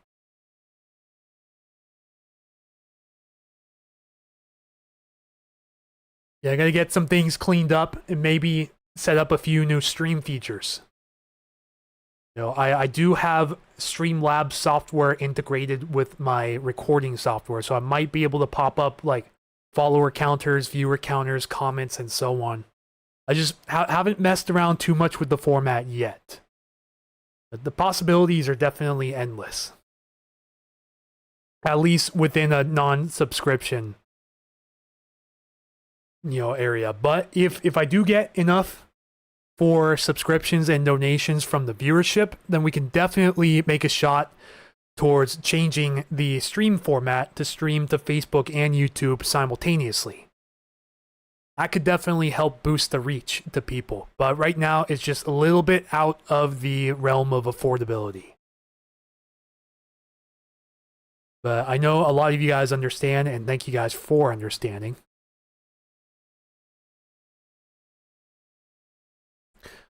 It definitely looks like we're on the back end of this frontal system today.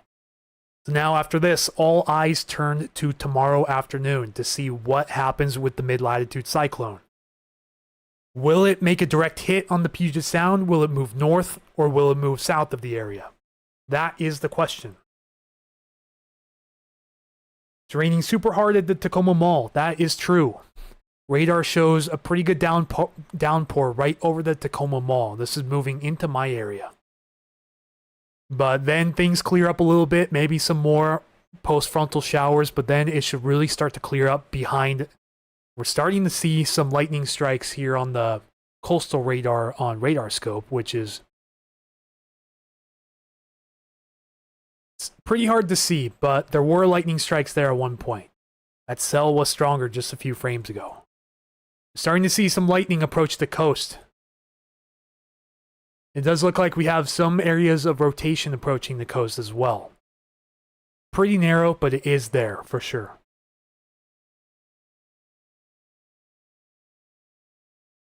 So thank you all so much for watching the stream. I'm going to wrap it up for this afternoon. Expect another stream tomorrow. Sometime probably around 4 p.m. or so is my initial ETA. If things flare up earlier in the day, I will start the stream earlier. Only time will tell. With that being said, everybody, one last thanks and shout out to everyone who donated to the stream. And shout out to everyone who has tuned in, shared, liked, commented, and subscribed. At 527 subs and counting. Looks like we'll be heading 27K on Facebook tonight, which means another stream will be warranted on Facebook. I still haven't even had the 26K stream yet, just because of how busy the weather's been. So it looks like we'll be doing a 26 and 27K stream on Facebook. Alright, but in all seriousness, I am going to wrap this up now. So thank you all for a third time for coming into today's stream.